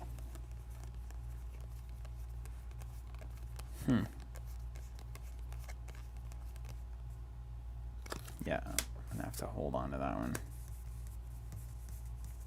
Very cool. That's a great card. I'm just going to do one. To my PB? Yeah. Okay. Let's play Summon Steadfast Guardian. After an exhaustion is placed on one of my units by a spell or an effect, like her ability, I can spend an angel and a heart to place an exhaustion here and summon a Steadfast Guardian. So it's a unit I can only get into play when an exhaustion gets played on a unit because of a spell or ability. That is going to potentially happen. Can I do anything with this guy? You can discard a card from your hand and get rid of it. I can attack with him, I guess, right? Just for nothing? Yep. I want him to look at me. Look at me. I'll attack Astria You got it. for 0. Mine? It's an Yeah. action soak. I get it. Let's play a Sun Sister. Sun Sister. Sun Sister. We both went there immediately. She looks lovely. Resurrect. When this unit leaves play, I can search my discard pile for an ally with a title other than this unit's title and place it into my hand. I currently have none, but it's cool. It's cool. Choices to make, man. I've got choices to make.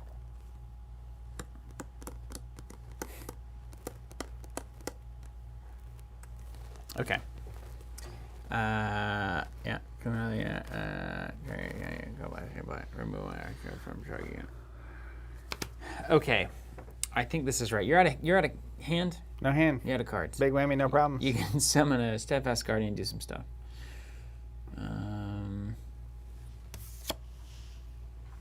16 in the middle of Miami. I should have gravity trained probably, but I had the perfect. Okay, I'm gonna play Chaos Gravity because we're here. It's got all the rest of my dice. Place 1 exhaustion token on a target unit. You have anything that triggers off of that? Yes, this. Angel and a heart. And I spent these, so let's... This is what we're gonna avoid in 1.5, yeah. by the way. a trigger off of a trigger. Because So- then my next thing is move 1 exhaustion token from a target unit to another unit controlled by the same player. So does your well-timed deadpan drop of the token there. So does your thing come into play, and then I could slide a we'll token start to here, it? right? Which is after 1 or more exhaustion tokens are placed on a unit. So you place the exhaustion token. Yeah, done. What's your card say? This is my first sentence, place an exhaustion token on a target unit, period. So I assume we resolve all of that. Is that your assumption? Can I interject in the middle of a paragraph? I don't know. think so. Talk to Nick Conley about that. I don't know the answer. I don't know the answer either. But this is this is actually such a fantastic illustration of what they have to change. Because Oh, it's either or. Yeah, that's right. even this timing structure was not thought about initially.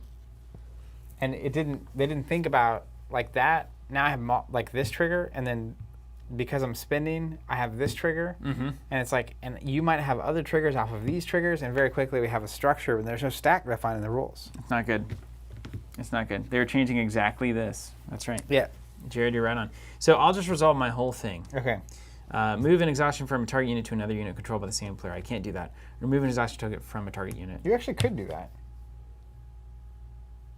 Oh, right. Let's bury that Weeping Spirit. exactly. And then remove a Sonic Swordsman. Yeah. You actually activated my trap card in a very exciting way. Okay, so then I'll react with my reactions. Yeah. Summon Steadfast Guardian. Step 1, place an exhaustion token. Look at That's this right. card, dude. It's beautiful. Oh my goodness, the colors in this game. Steadfast Guardian. When this unit comes into play, more stuff to trigger, right? Here's a come into play effect. I can spend a basic to remove all exhaustion tokens from a target unit and place them onto this unit. Okay. So save your Sun Sister? I'm not going to do that. But Peacock? after I spend, I I can exhaust and do that. Okay. So then that was your turn, right? That was exciting. Yeah. So now it's my turn.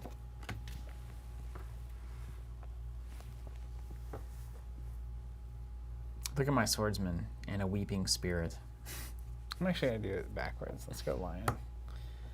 Oh, a 2 prevent, huh? Yeah. Then I'll side action snake. Mm. And then... I love the idea of that guardian just like projecting lions and snakes. Yeah. I'm going to swing at your swordsman. My sonic swordsman?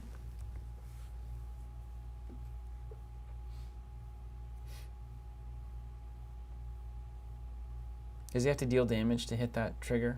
Mm-hmm. It says when he deals damage. Yeah. I don't know if that's... Yeah. Oh, wait, they posted that recently, the new 1.5 how to deal damage.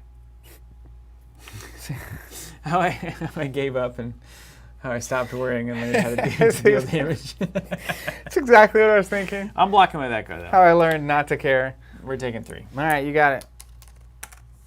Eat it, Wooly. Your turn. Sonic Swordsman rolling in on clearing your board right up here. I think. Right? I think. Yeah. What are you attacking? Let's hit the wait. Something happens when she leaves play that's bad. I can put an ally from a discard pile back into my hand. You got 2 dice left. Yep. Do you have any allies in your discard pile? I don't. You found me out. All right, let's hit Sun Sister for 2. All right. And then when it deals damage by attacking, I can place 2 wounds on a target unit. Well, I'm going to block the Sun Sister one. Oh, right, yeah. So then you can do what you want with that 2 damage. Let's do 2 to the Sun Sister. Yeah, with the Sun ability. Sister, Sun Sister. All right. Pass. Okay.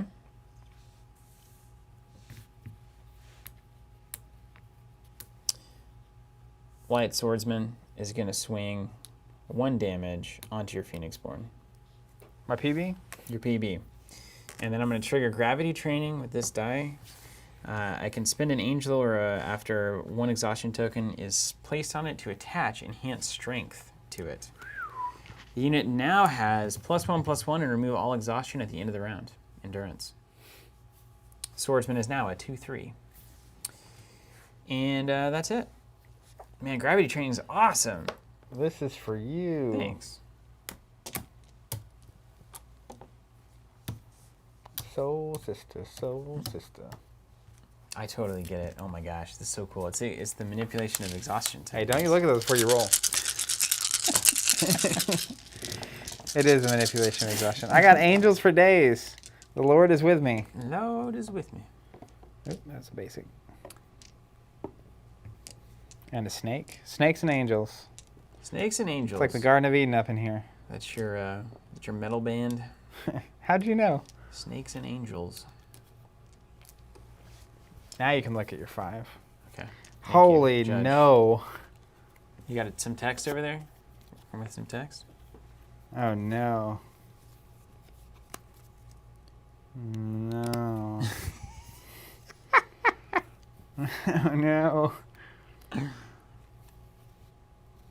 All right, should have exhausted that many. Oh my gosh, I love these cards, man.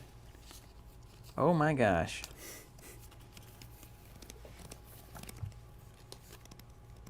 Okay. Okay. You got some goods there, don't you? Why? Okay, so I'm going to start with side action horse. It's going to draw a card and then put one on the bottom.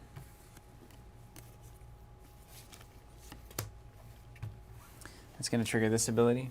I'm just going to put a status token, but it's not really a status token. Okay. +1 for the remainder of the turn, because I drew. Then my main action, I'm going to swing 3 at the Steadfast Guardian. I do have battle advantage. You got it. You got it. And then You know you want we're it. gonna exhaust gravity training to put another enhanced strength. Okay. Mine? He laughs. Oh, you're doing good stuff. Let's summon a weeping spirit. Would you quit that? They're gonna keep coming. I'm gonna lock you out, buddy. Your action.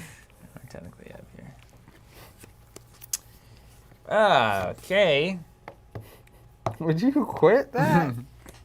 You can't do that. You can't do that. I've seen the new light. Let's play.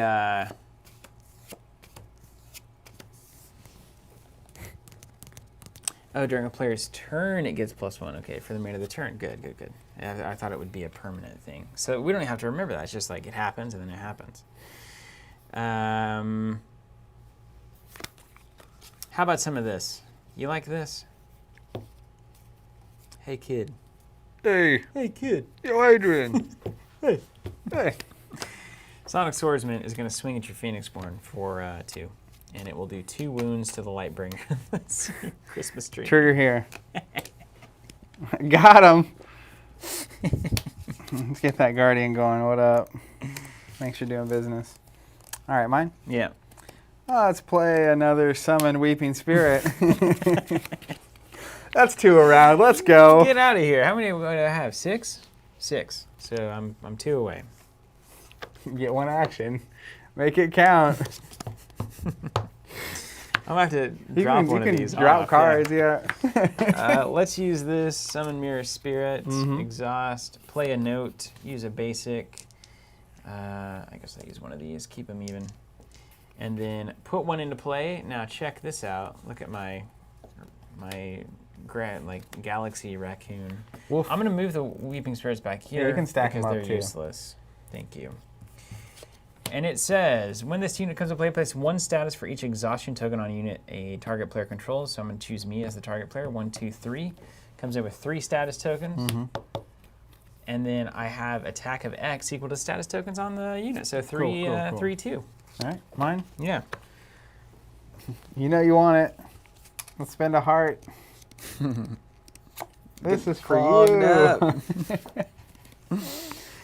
Oh, man, it's great.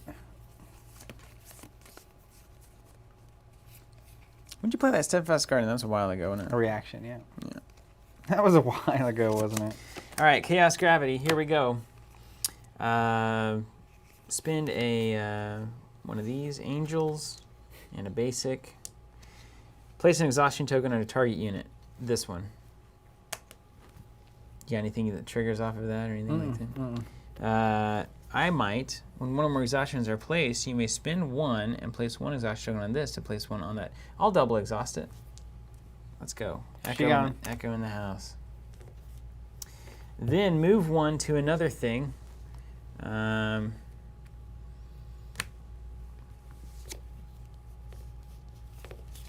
then remove 1 from a target unit. That seems really good. Oh my gosh, dude. It's so good. Okay. Why am I getting all the good decks? I don't know. If I had also gotten James, it would have been a rough day. Yeah. For a little Zeebs. All right. Let's go side action. Zach is like the cat that keeps bringing you presents. Do you love this weeping spirit that I've found for you? I'm going to meditate 1, and we'll turn this to a snaky snake. And then I'll summon a Lightbringer.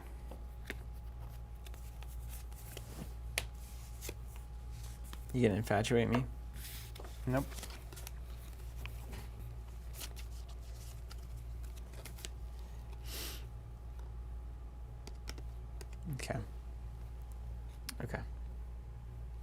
Okay. I'm gonna swing for 2 on your Phoenixborn.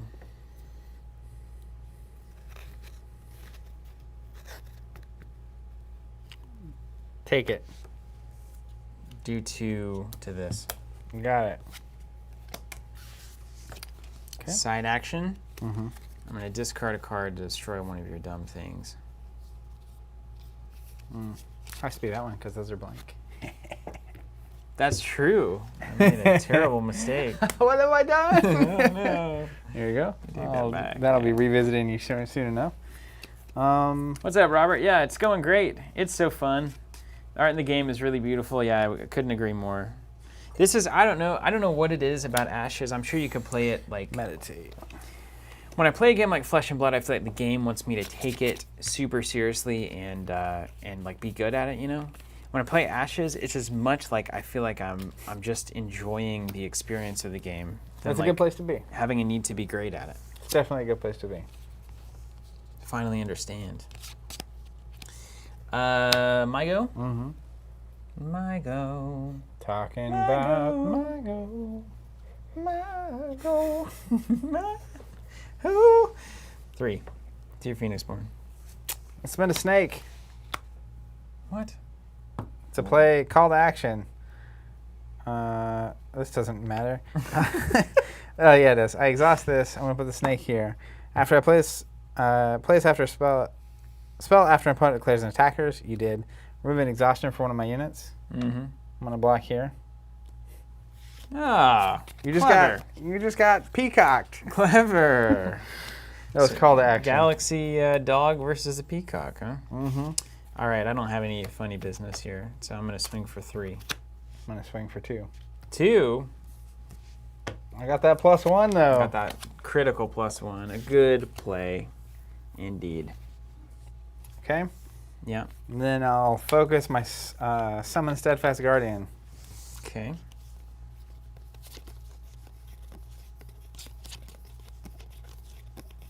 One, 2, 3, 4. 3. Get your woman on the floor. Changing Winds, side action. Draw a card, change a die. I don't know if you want to do that. To the active.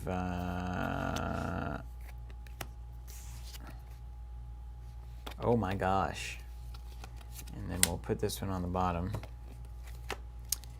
And then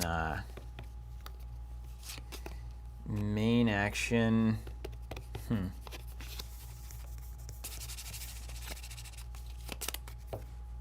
Wow.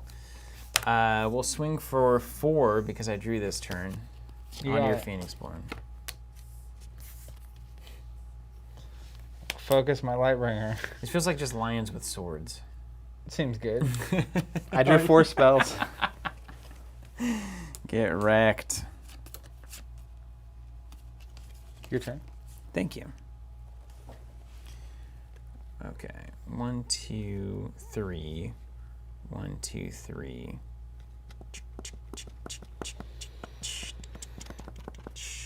Oh, I get to turn a die from that draw. That was critical. Believe me. Just believe me. It works. Jared says, well, Zach, if having a lot of books wins, ... Jared's saying, do either of you have any idea what kind of deck you want to build? I always really liked Maone as a character, and Demona, and I like Odette. So I'll start with a Phoenixborn I really like, and then I'll just start looking through all the cards that I think go well with them.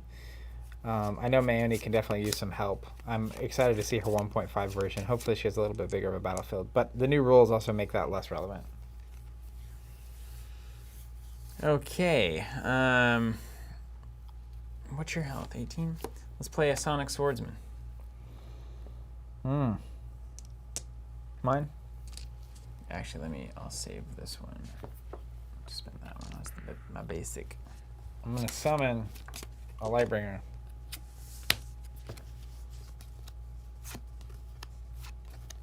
One, 2, 3, 4.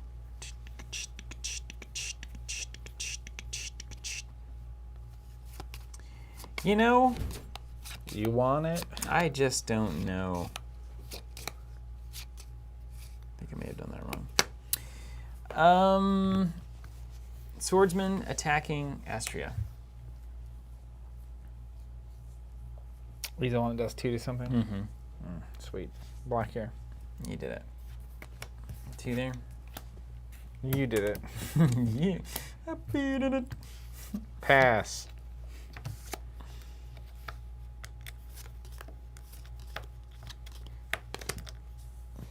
I'll meditate 1. May as well. And then pass. I'm the first player now. Man, what a cool board, though. You got spells in different area codes, man. I do, and a bunch of basic symbols.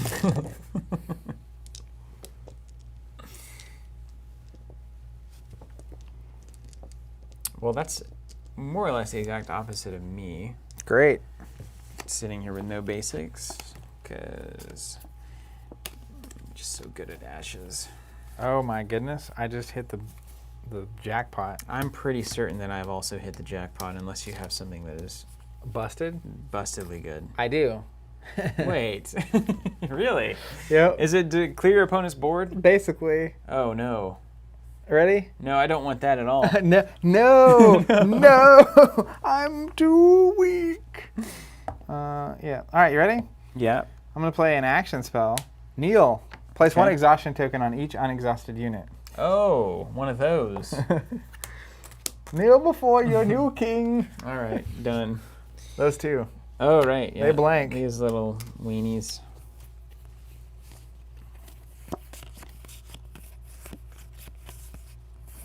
Okay. So, Card's good. card's good. Card's good. Well, all right, fine. You know what? You making it happen? Let's go. We got mirror spirits for this purpose. 1 and 1. I'll do 1 of each. To summon my mirror spirit here. With 5 status tokens on it. Yep. Mine? Who's laughing now? Yep.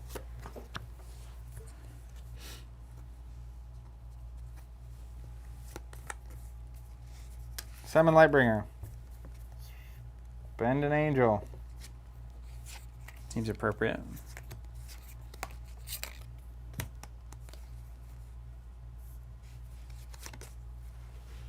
Go ahead. Okay, so you can block with it. This is the problem. This is the problem, dude. I don't like that at all. And Come then on. it's my turn. Come on.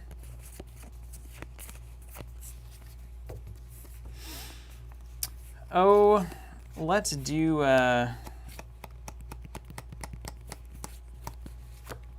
let's play Enlightenment. An angel and a basic. I love this card. Remove an exhaustion token. Okay. And side action, none.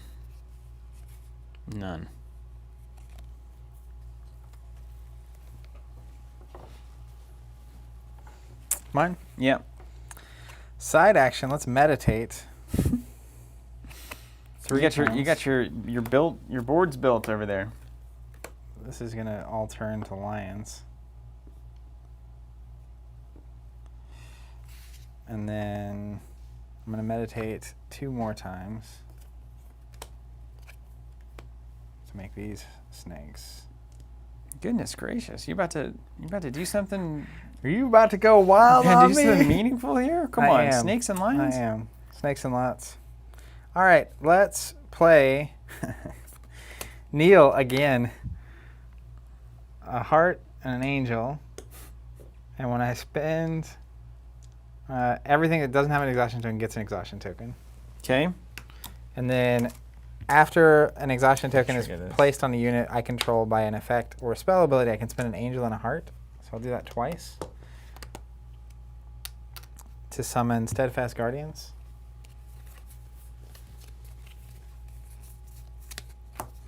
I'll do it here.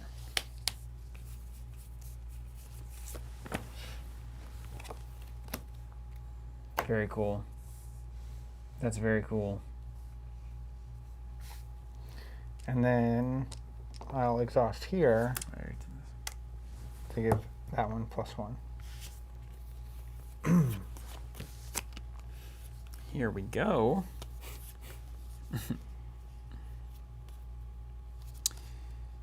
Okay. I'm going to play Holy Relics. 2 angels. onto the light swordsman. +2/+2. My. You like Voltron? Hey, kid. Hey. Hey, kid, you like Voltron? Hey. All right. Mine? Yes. Swing for 5. Where? Your Phoenixborn? It's good. They call it a comeback.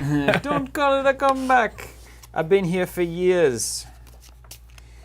I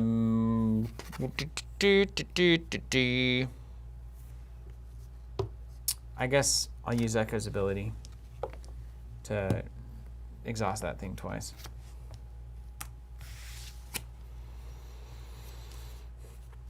Don't call it a comeback. I've been here for years. All right, side action. Let's draw a card. And then change 1 die in your active pool to a side of your choice. Already done. It's to my choice. Then I will play. What do you got? What do you got? What do you got in that hand? You got 1 die left. You can't do anything. Let's play Enlightenment. Unexhaust. Mine? Yours. Summon. Dang it. This. It's only 1 die? Yeah. Dang it. Dang it. Dang it. All right, I'm going to swing at your Phoenixborn. Block my Lightbringer. You did it. Battle advantage. No damage taken. You do 2 to me somewhere? No, that's the other one. Pass. Pass. All right.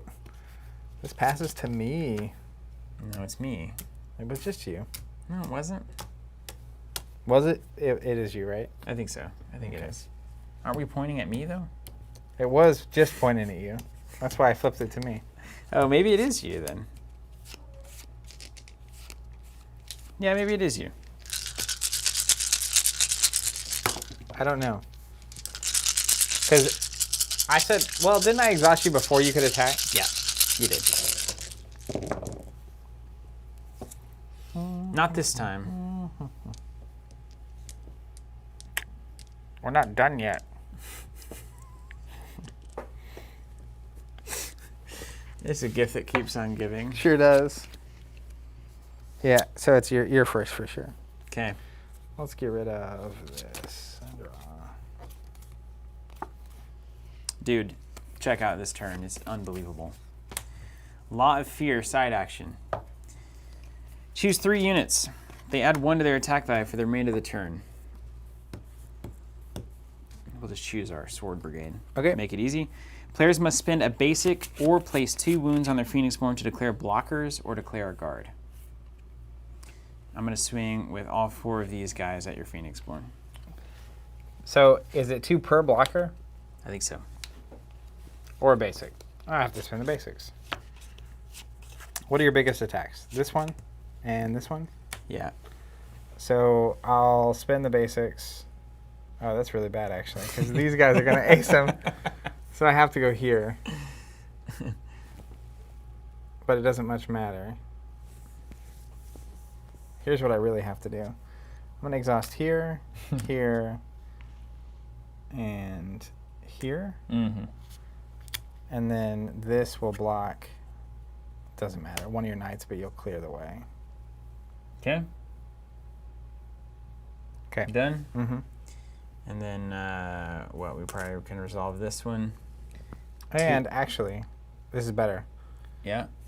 When you declare, I exhaust, but then I can exhaust one of these, spend an angel and a heart to bring out a steadfast guardian. And you're declaring 1 blocker? So this happens when you declare attackers. So then this comes out, and then now I can declare 2. And you got to pay a basic or 2 damage to declare the block, yeah? Yeah. With the law. Law of Fear. So I'll basically block. How'd this guy get it? Oh, wait, I was going to swing Yeah, with I'll it. block these 2, Okay, and I'll pay 2 basic. okay.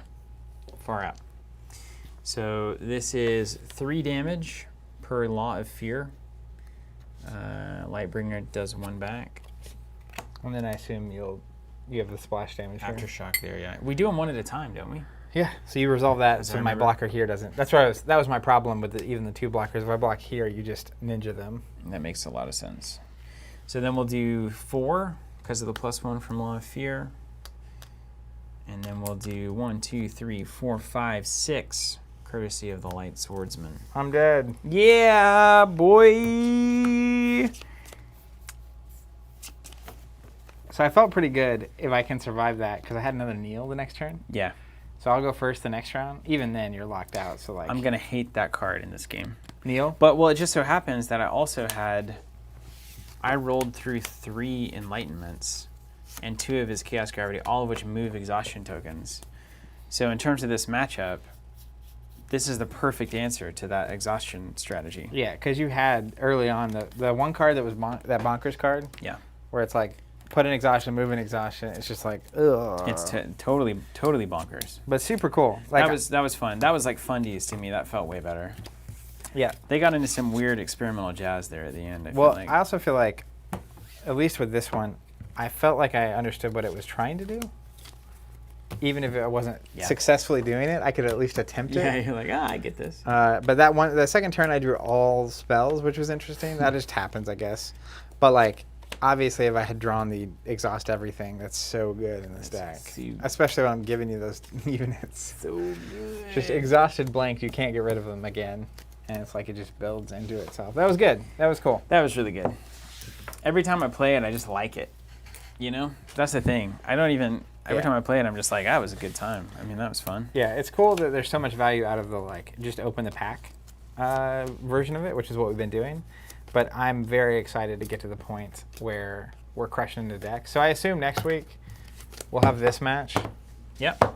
And then Jericho is the one that's rotating out completely. And we can just look at it if you want. Yeah. You can play it. And then Symboli is her whole ability permanently removes conjurations, which they were taking out of the game. So both of those decks are kind of yeah, so my busted. thinking is like next week we revisit these, then we open these, and then we start deck building. Let's start deck building, yeah. Yeah. Do you have anyone in mind? I like Namine. Yeah, you should do Namine. I like Maoni always. Namine would be Demona. a switch up of our standard too, because Namine has that watery vibe going on. Well, so here's the thing, though, right? Kinda. So Namine. What's your signature? That's what I'm grabbing. Her signature is Encore. Oh, Search see, your discard pile for a card other than Encore and place it at the top of your or bottom of your draw pile. Draw a card. Okay. So like she literally, the thing that you like in her is the. All of those, don't they have when you draw a card abilities that make them good? So she's good with them, obviously, because she's good at drawing cards with her The signature. Squall Stallion, when you draw one or more cards during a player's turn, add 2 to this unit's attack value for the remainder of the turn. Love that. But like that works in anything that can draw a card, optionally. The Like Salamander Echo is monks, drawing a card every turn too. Yeah. Salamander monks, when it's destroyed, place a Salamander monk spirit onto the battlefield. Can't be blocked. Those things are so awesome looking. Like, but that's just a generic unit. So like, So awesome looking. but that's I'm interested in Ramia, which one was Ramia? the one that has that ancestral with monk. yeah. I mean, like that immediately got my attention. Like, But okay. I think that's what's cool is like you start realizing how little deck building restrictions there are. Yeah, it's wide open. And that's what, when the game first hooked me, you played the starter set, and the starter set was really good because it was the first one that had a full play set in the starter. Remember, they were doing a lot of those little things right Crazy. early on. Really. And then it had a deck list, a recommended deck list for all 5 of the Phoenixborn in the core set. We're zooming out. And then it had a recommended starting 5 for all 5 in the thing. But you play a handful, and you're like, that's really good. And then you start deck building, and you're like, oh, wait. Like, there's only like 3 or 4, and they had signature cards like in Conquest, right? And you can have one card in your deck that's just for your first 5 and never see it again. Yep.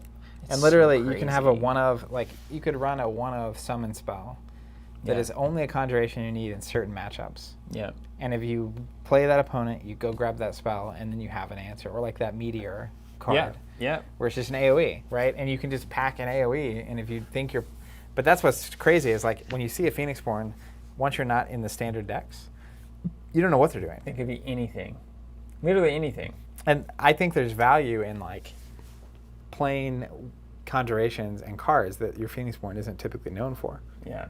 Like just like busting out the Rhino in Astria or something. It's like, well, Yeah, because if you think I'm swarming, you grab Meteor, but then all I have are big, beefy characters. It's like, that's actually if you waste one of your first 5, that's bad. Yeah. That's so devastating. bad. Yeah, It's devastating. Totally devastating.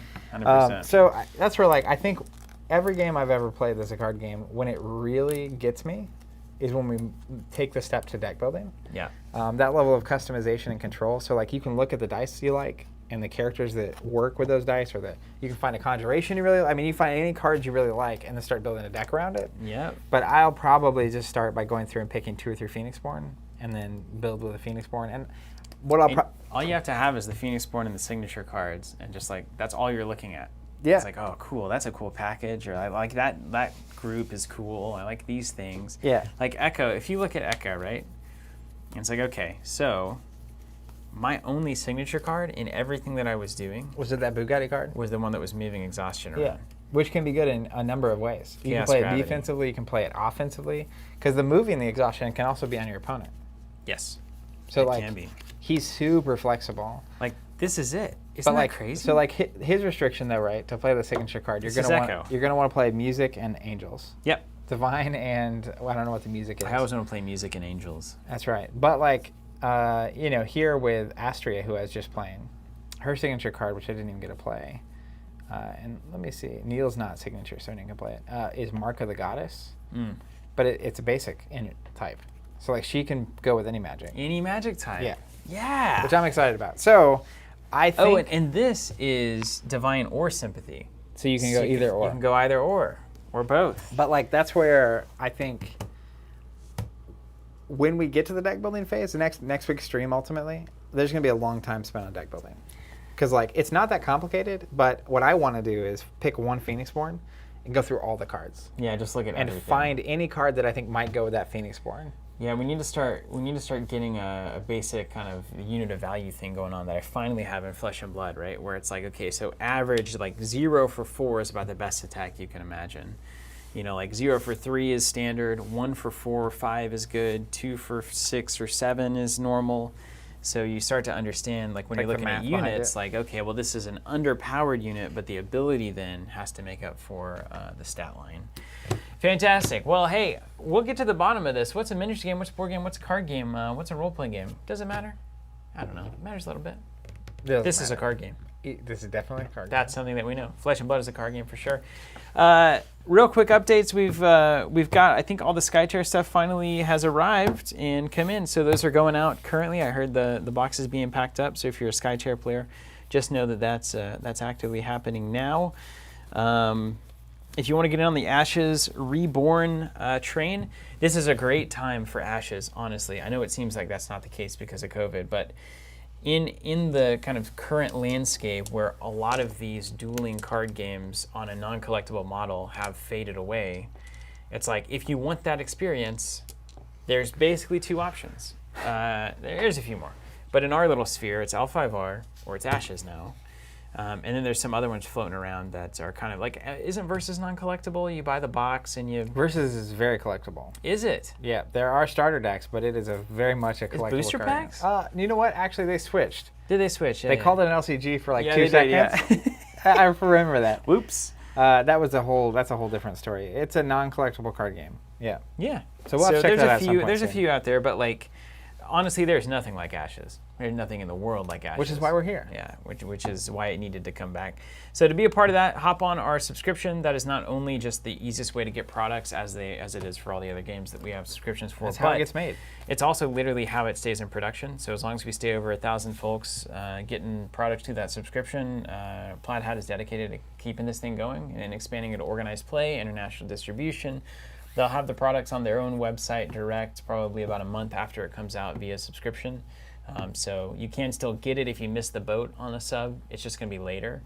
And if you prefer to do that, of course, you can do it as long as we stay over the 1,000 subs. But it's the easiest way to do it, most convenient. People can speak to it probably in the chat if anybody's in there.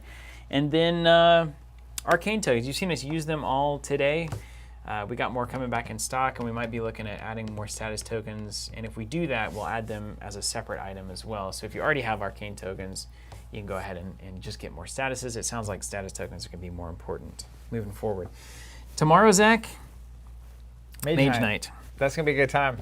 Mage Night. If you want to hang out and watch Mage Night? Who played Mage Night? Hilarious 2000. It was the first Clicks game. Did you know that? It was the first Clicks game. Yep. I It was didn't know that. revolutionary at the time. Yeah. It was just like, I don't have a stat card. So like the thing about it to me, that was like looking back, I had no idea what it meant or what the context of it was. All I know is that we were on a band trip, and Jared and John came around the corner and they were like, oh, "Look at these things we just bought. We're gonna play this game." Yeah. And it was like, and you go to it's the little game store and they had like only like 6 or 8 starters.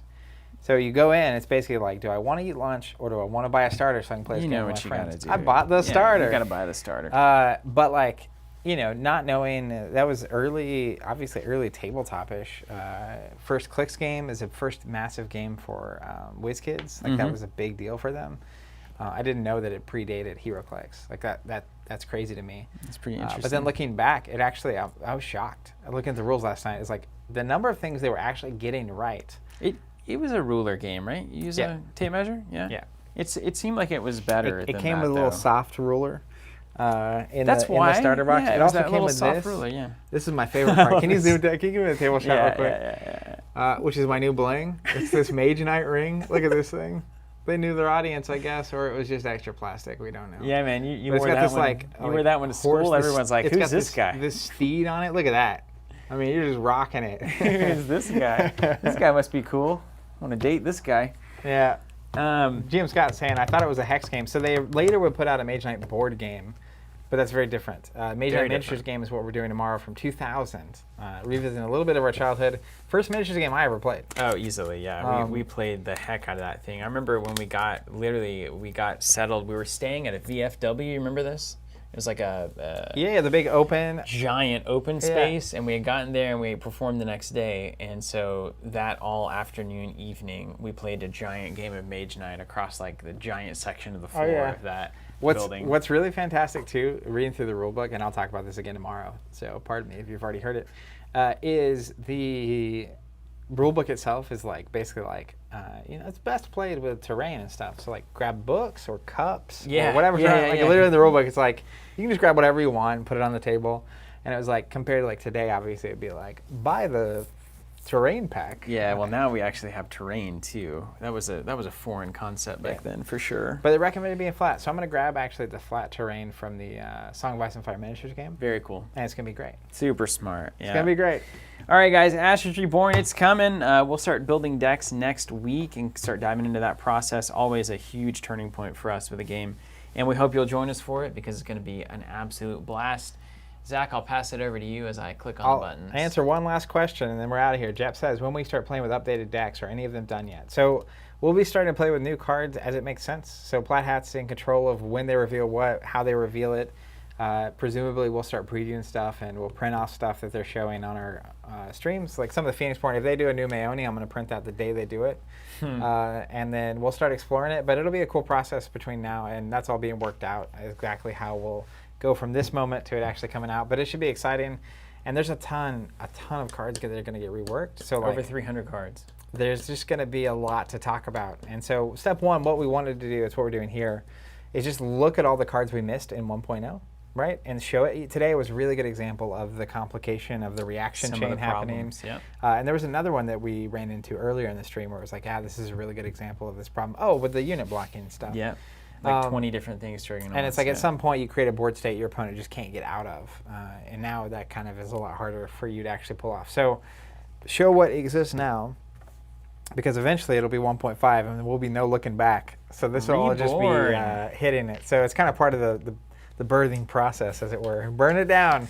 It's the journey. Anyways, thanks for being with us. It was an absolute pleasure. Chat, as always, was great. Stay safe out there, and we'll catch you on a future stream. Take care.